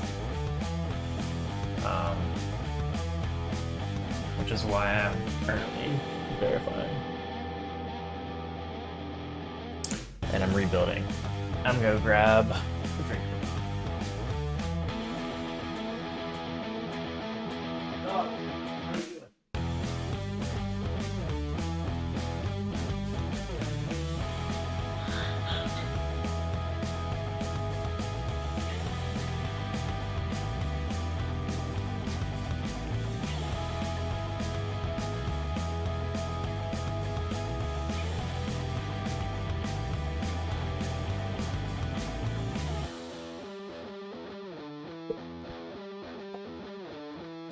Beat the...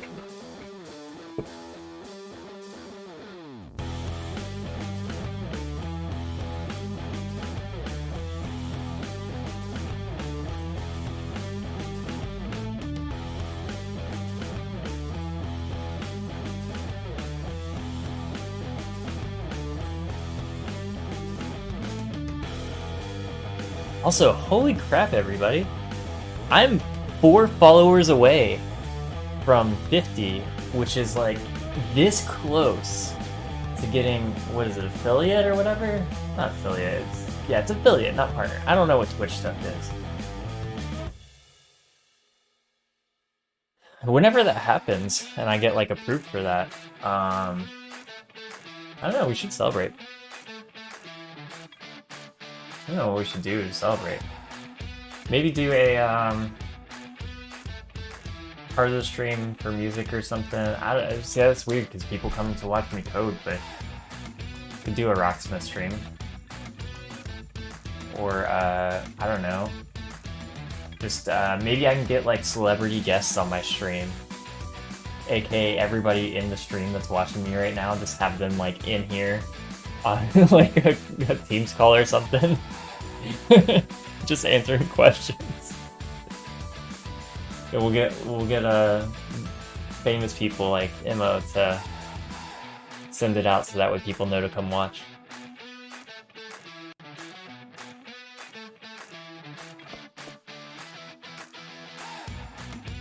Just sign everybody up who is like in Roslyn and currently watching me stream on the hook to come on stream with me and answer questions or something.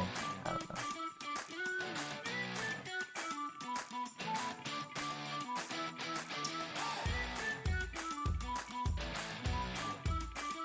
You did a 3-person stream with a couple of friends. What did you do on the stream? Was it, because you've done coding streams before, did you do more coding or? There we go. S Explorer.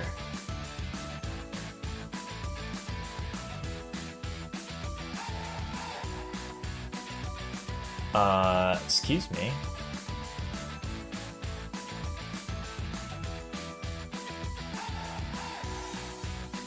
Noble Directive Trivia. Kind is Noble Directive Trivia.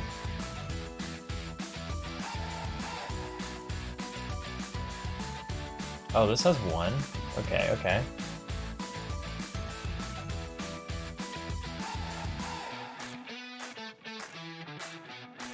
The parents is null. So hang on, this is a node. The parent is null on that node. Oh, this is wait, why is that not the compilation?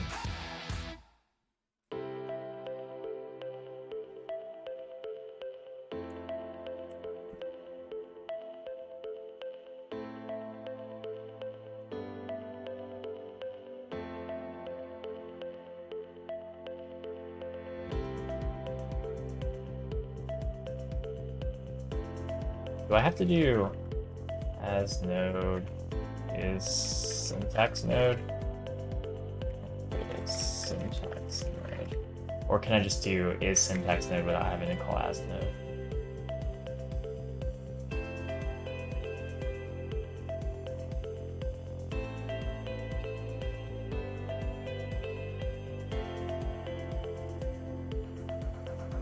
Use of unassigned.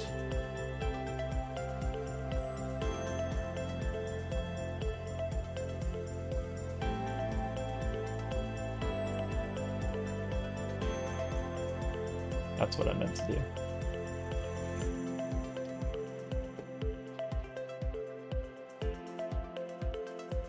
do. See, I don't know if trivia holds reference to the parents. Use live share, had some typing, the other 2 heckling. Oh, yeah, that would be fun. We should actually, we could come up with I would totally be on board to host a live share and try to type a feature out together. And just get everybody in like Discord or something. That honestly would be a lot of fun. Like we can even vote amongst ourselves what feature we want to try as Ackle. Like what's the feature you really want in Visual Studio? Other than for it to run faster.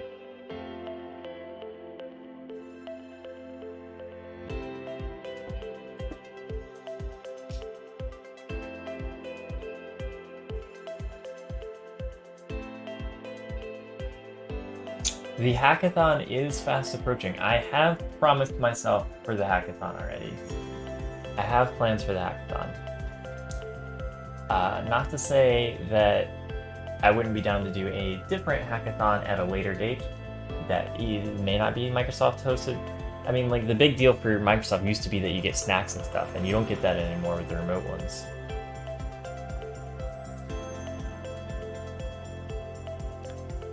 You want the layering to disappear so you can call coding. See, on my screen, why won't you let me call it? Here's a new plan. What if we wrote an extension that was just like Roslyn layering explained? It's literally an extension that only exists for running Roslyn.sln.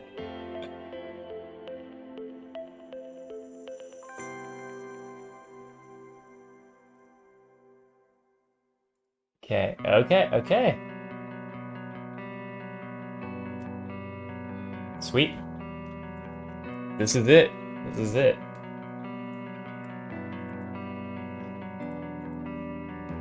This is just gonna pass. I'm not even gonna debug it now. Actually, it may not pass. I don't know what the spacing's gonna look like. It might remove this like new line here. But if that's the only difference, I'll be happy. Yeah, hackathon idea. Roslyn Buddy, where it's an extension that explains where something should go in Roslyn. And it has it's Clippy, Roslyn Clippy. And you put something in the editor features layer, and it's like, did you mean to put this in features?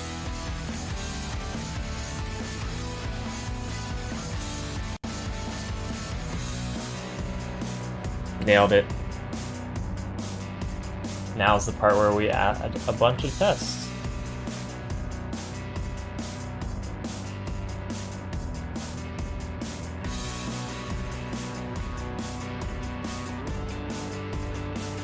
And in this case, we want a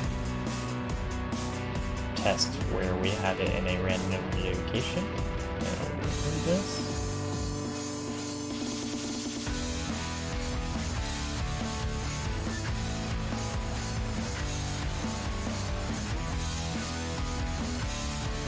Am I allowed to use stuff in Microsoft.cci? You're never allowed to use anything from Microsoft.cci. So yeah, it just slaps you across the face. It is the right answer.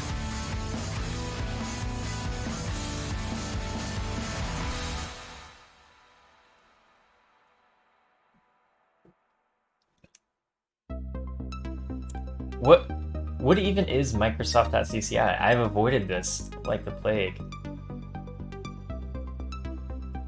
Microsoft CCI.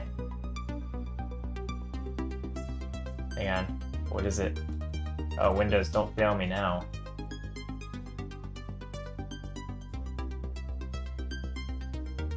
It's on the web. Microsoft CCI. Common Compiler Infrastructure. What? This is a thing?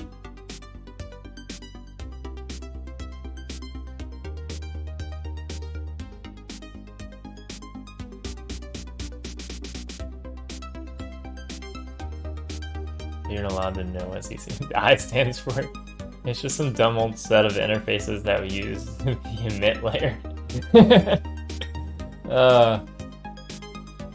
And based on this update history, I would agree.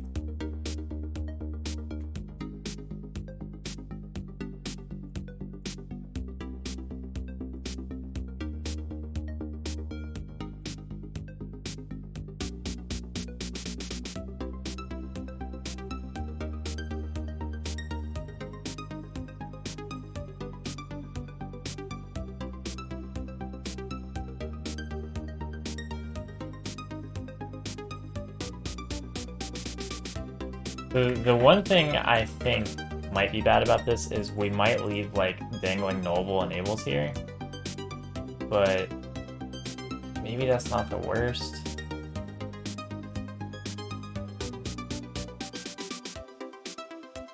I don't know if we want to fix those yet.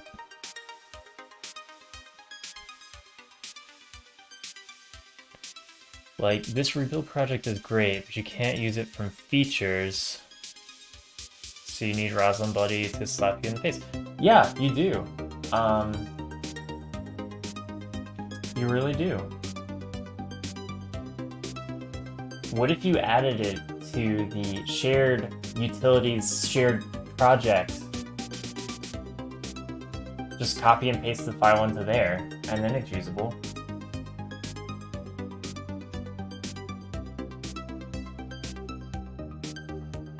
I hate shared projects so much.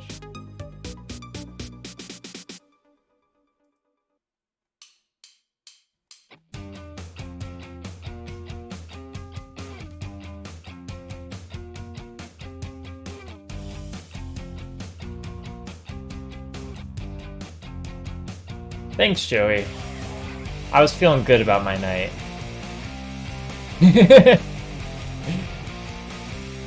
I was riding too far of a high. All those multiple locations.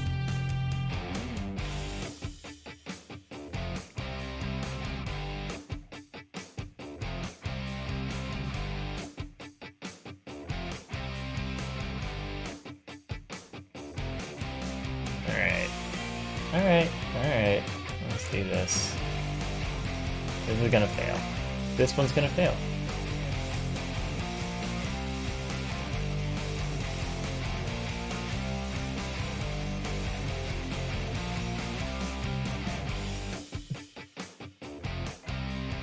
I mean, I don't see why it wouldn't be legal.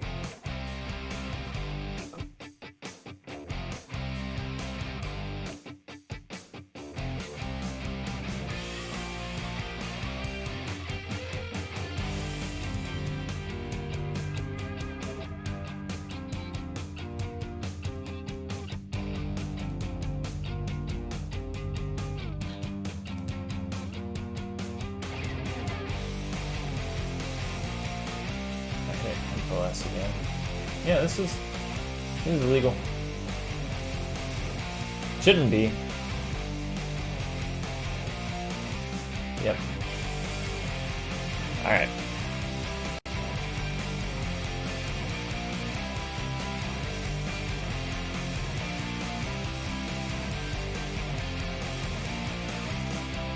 Let's see something. I have an idea.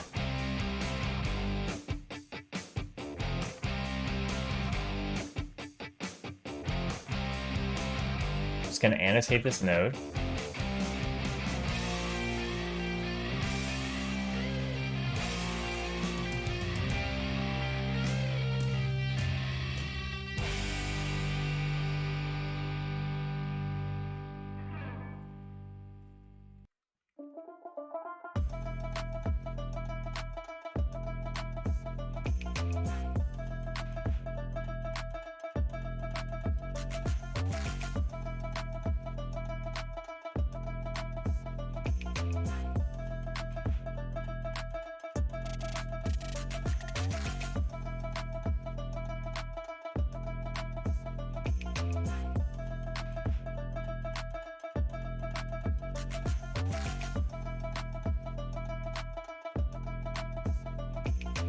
We're just gonna keep trying. We're just gonna keep trying while this is currently a problem.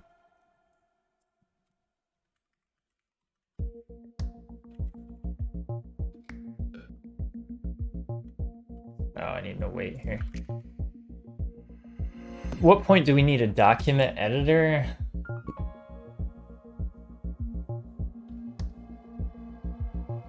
That's a good question. So the only reason I'm not going to use a document editor here is because we do have to regenerate the semantic model every time we remove a pragma to get the knowable the new knowable context.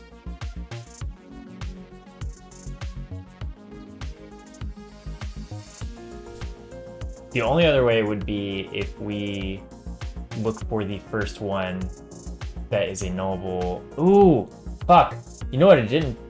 That's probably fine. I didn't check to see if it was a knowable enable before this, but we already know it's not. You just look for disable pragmas.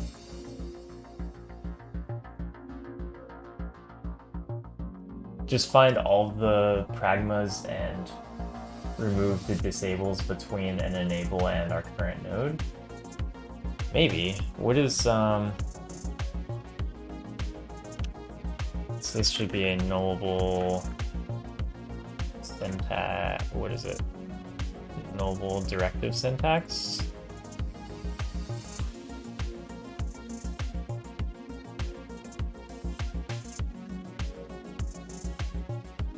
So that should be a type, right?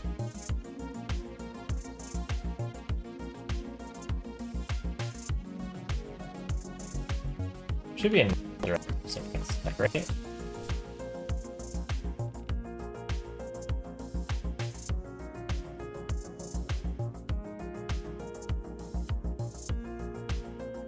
Nullable directive trivia syntax. Where did this go? Go away.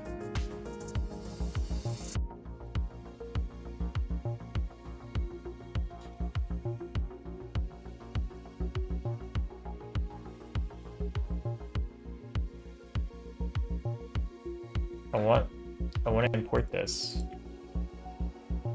We need to know if it's a...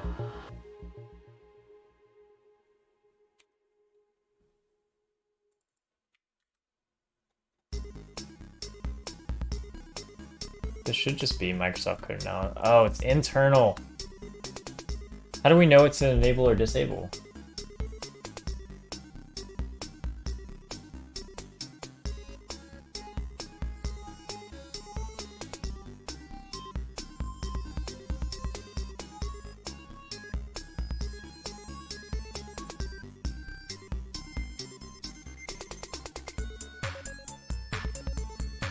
How do we know whether it's not whether it's enable or disable?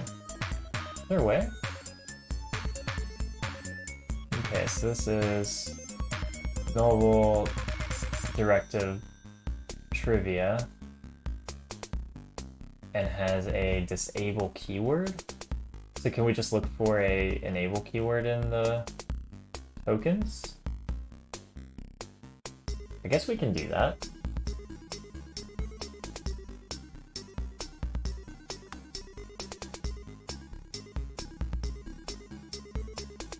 So if we do this, we get all of these, and then reverse this, this would be all preceding nullable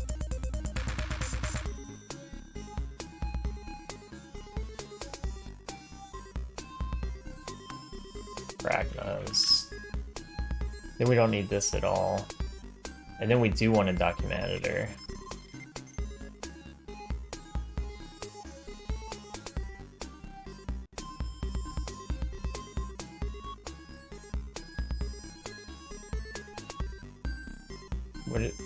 What does this take?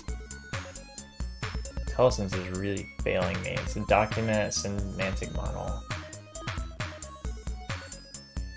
Oh, I bet there's a...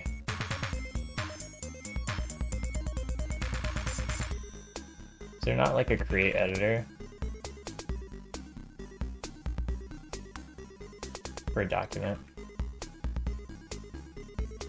Bet there is.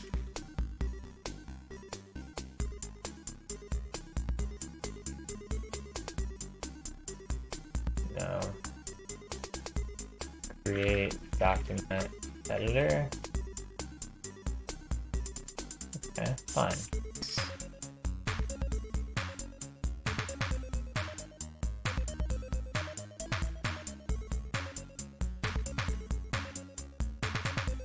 Create async, the static method on document editor.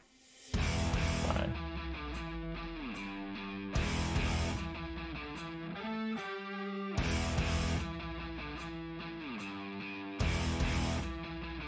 And this should take a document and a cancellation token.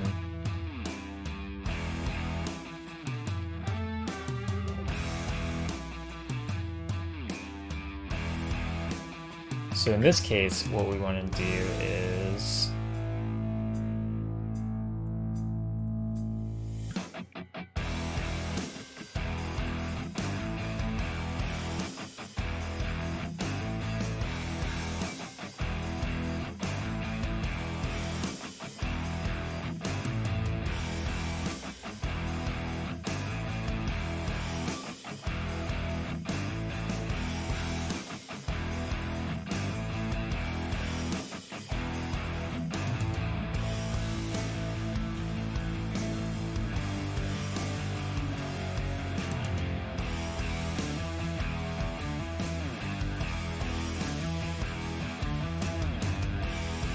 we're looking for a keyword here, disable keyword, so we want to look for the enable keyword.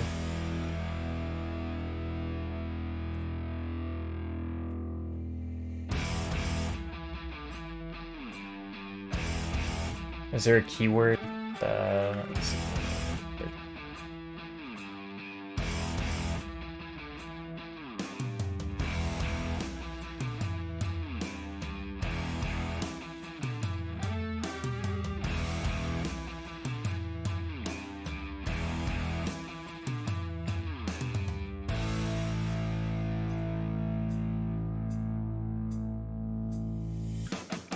Enable keyword is a syntax kind.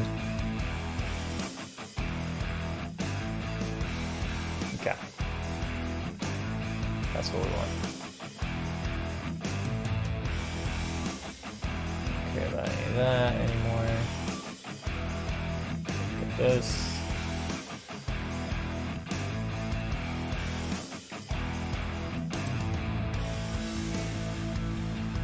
Reverse, take while, yeah, you got it.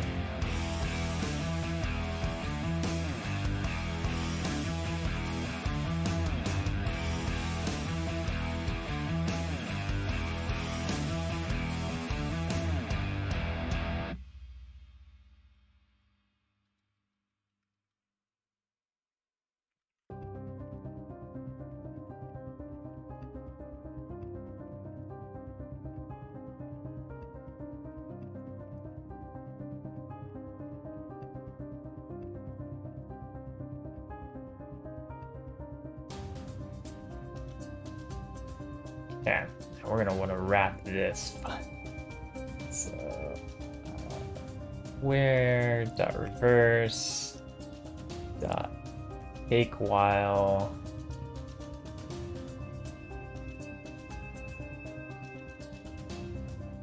Yeah, you made up contains, but contains is correct here. We want T. Oh, we want any.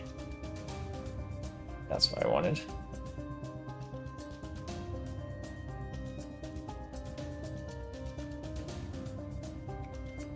Preceding disable pragmas.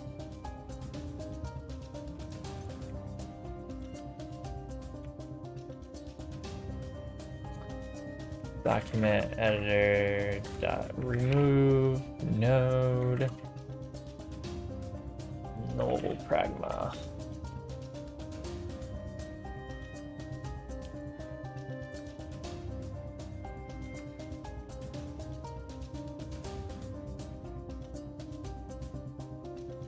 Oh, actually, we can just do get change document here. We don't even need this.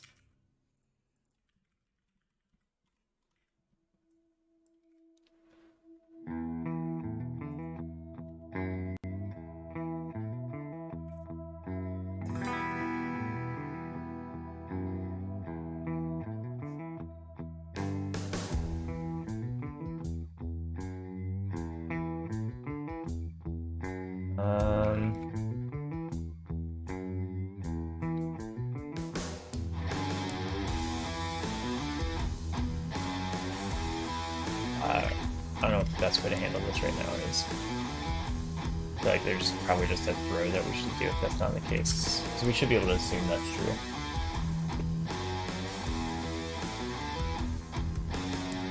Not even gonna look, just gonna work.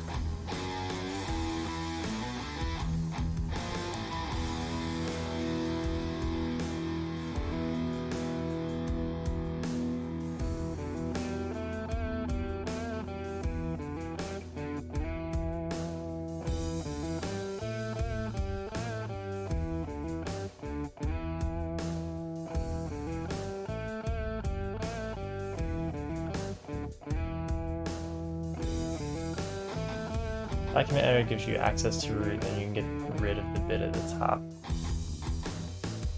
Yeah, I can. I can also get rid of that node because I don't even need that node anymore. Because I can literally just use span, which is what I'm doing. So everything prior to document editor can be removed. But I don't want to disrupt the Test Explorer gods right now.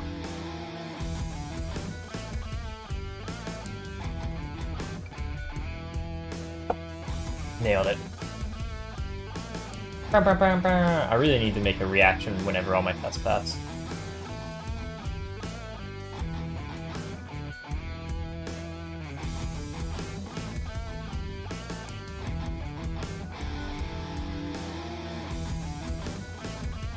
what?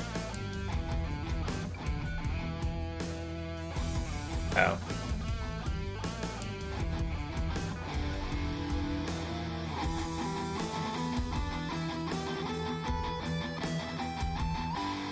If I only use root in one place, okay, so I'll just put the same line.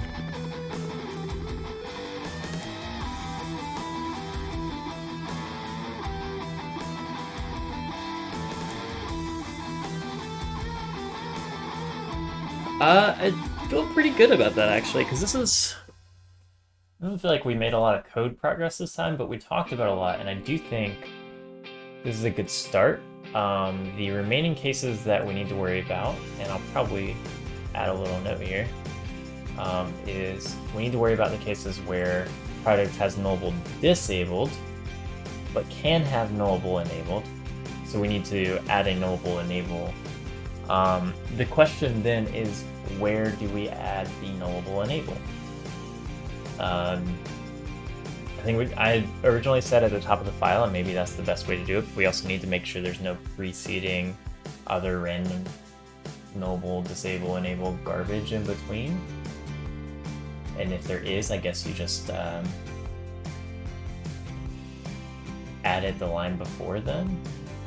Do you just surround it? You just do like a nullable enable, nullable disable surrounding the item? That seems a little weird.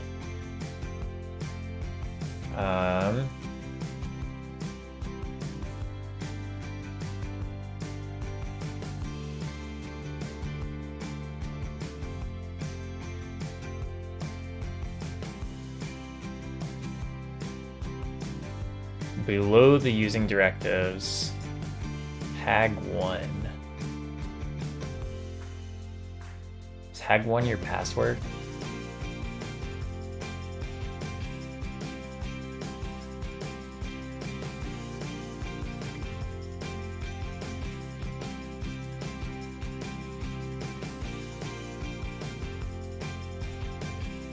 Either way, I feel pretty good about tonight, actually. We made some good progress. We talked a little bit about stuff. Hopefully people learned some things. If you were joining and not part of the Roslyn team, I'm hoping you learned things. And if you joined and were part of the Roslyn team, hopefully you still learned things.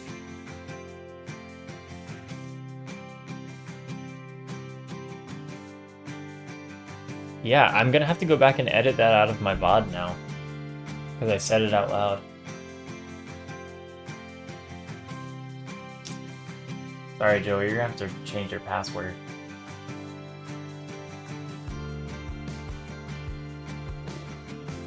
Hang on, let me see if it works for me.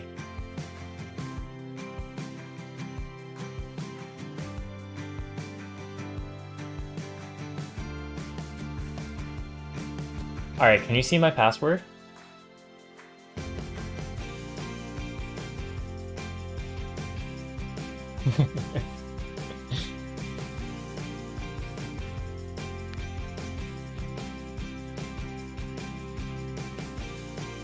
Okay, perfect. My chat filters are working then. All passwords are edited out. I was afraid people could just paste their passwords left and right. Oh, don't worry, Ricky. It's just chat filters doing their magic. All right, I think this is actually a good stopping point. We have one case covered. We have to-dos for the rest. I'm actually going to leave this for stream next week. And next week, we will look at finishing these off, and then hopefully getting this in a pull request. I will, maybe this Friday, try to go back to my generator fix and get that in, since we did that on stream, and I feel terrible that we haven't gotten that in yet. Then everything on stream will have either been ready to get in, or it already checked in. Wait, David, when you... Yeah, see, this is the thing. I still can never remember how to say David's last name. I say Wingier. I think it's actually Wingier. Oh, but I'm not actually sure. I think you pronounce it the same way you pronounce GIF.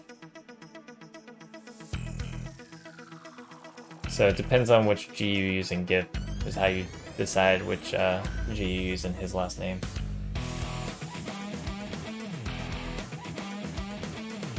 It might be Winger instead of Wingier. I don't know. I'll have to ask David again when I'm talking to him vocally so he can tell me again. If I say it enough on my stream, maybe he'll get followers too. Everybody, go follow @David Wingier if you can spell it.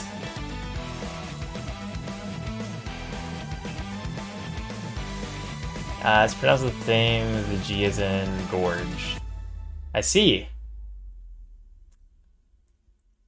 Completely makes sense now. Gorge. AKA Jorge. Oh, they don't see me. That's just really bad American Spanish. Don't do that. Alright, well, I'm going to end for tonight. Thanks for hanging out with me. This has been a ton of fun. I feel like we made pretty good progress on this. I'm actually excited to see this come in, because especially for Rosalind, we have cases exactly like the one we just fixed, where it will be nice to just go across and remove the null disable, because that was our solution for how we're going to enable nullability in our project. I think there's still a lot of work we can do on this front, but this is a good first step. Everybody have a great, relative, time-appropriate, whatever, and if you work with me, which I think everybody in the viewership now does, I will probably talk to you in working hours tomorrow. Yeah, thanks Ricky, Joey, and David for showing up. We did actually have some people I don't know as well. Apparently, Jeffrey Huntley, I don't know who that is, but he knows David. So David's also bringing in some people, which is great. So, you know. But anyways, y'all have a good night. I will be in the chat for a little bit longer, but I'm going to stop putting my face on the screen. See you later.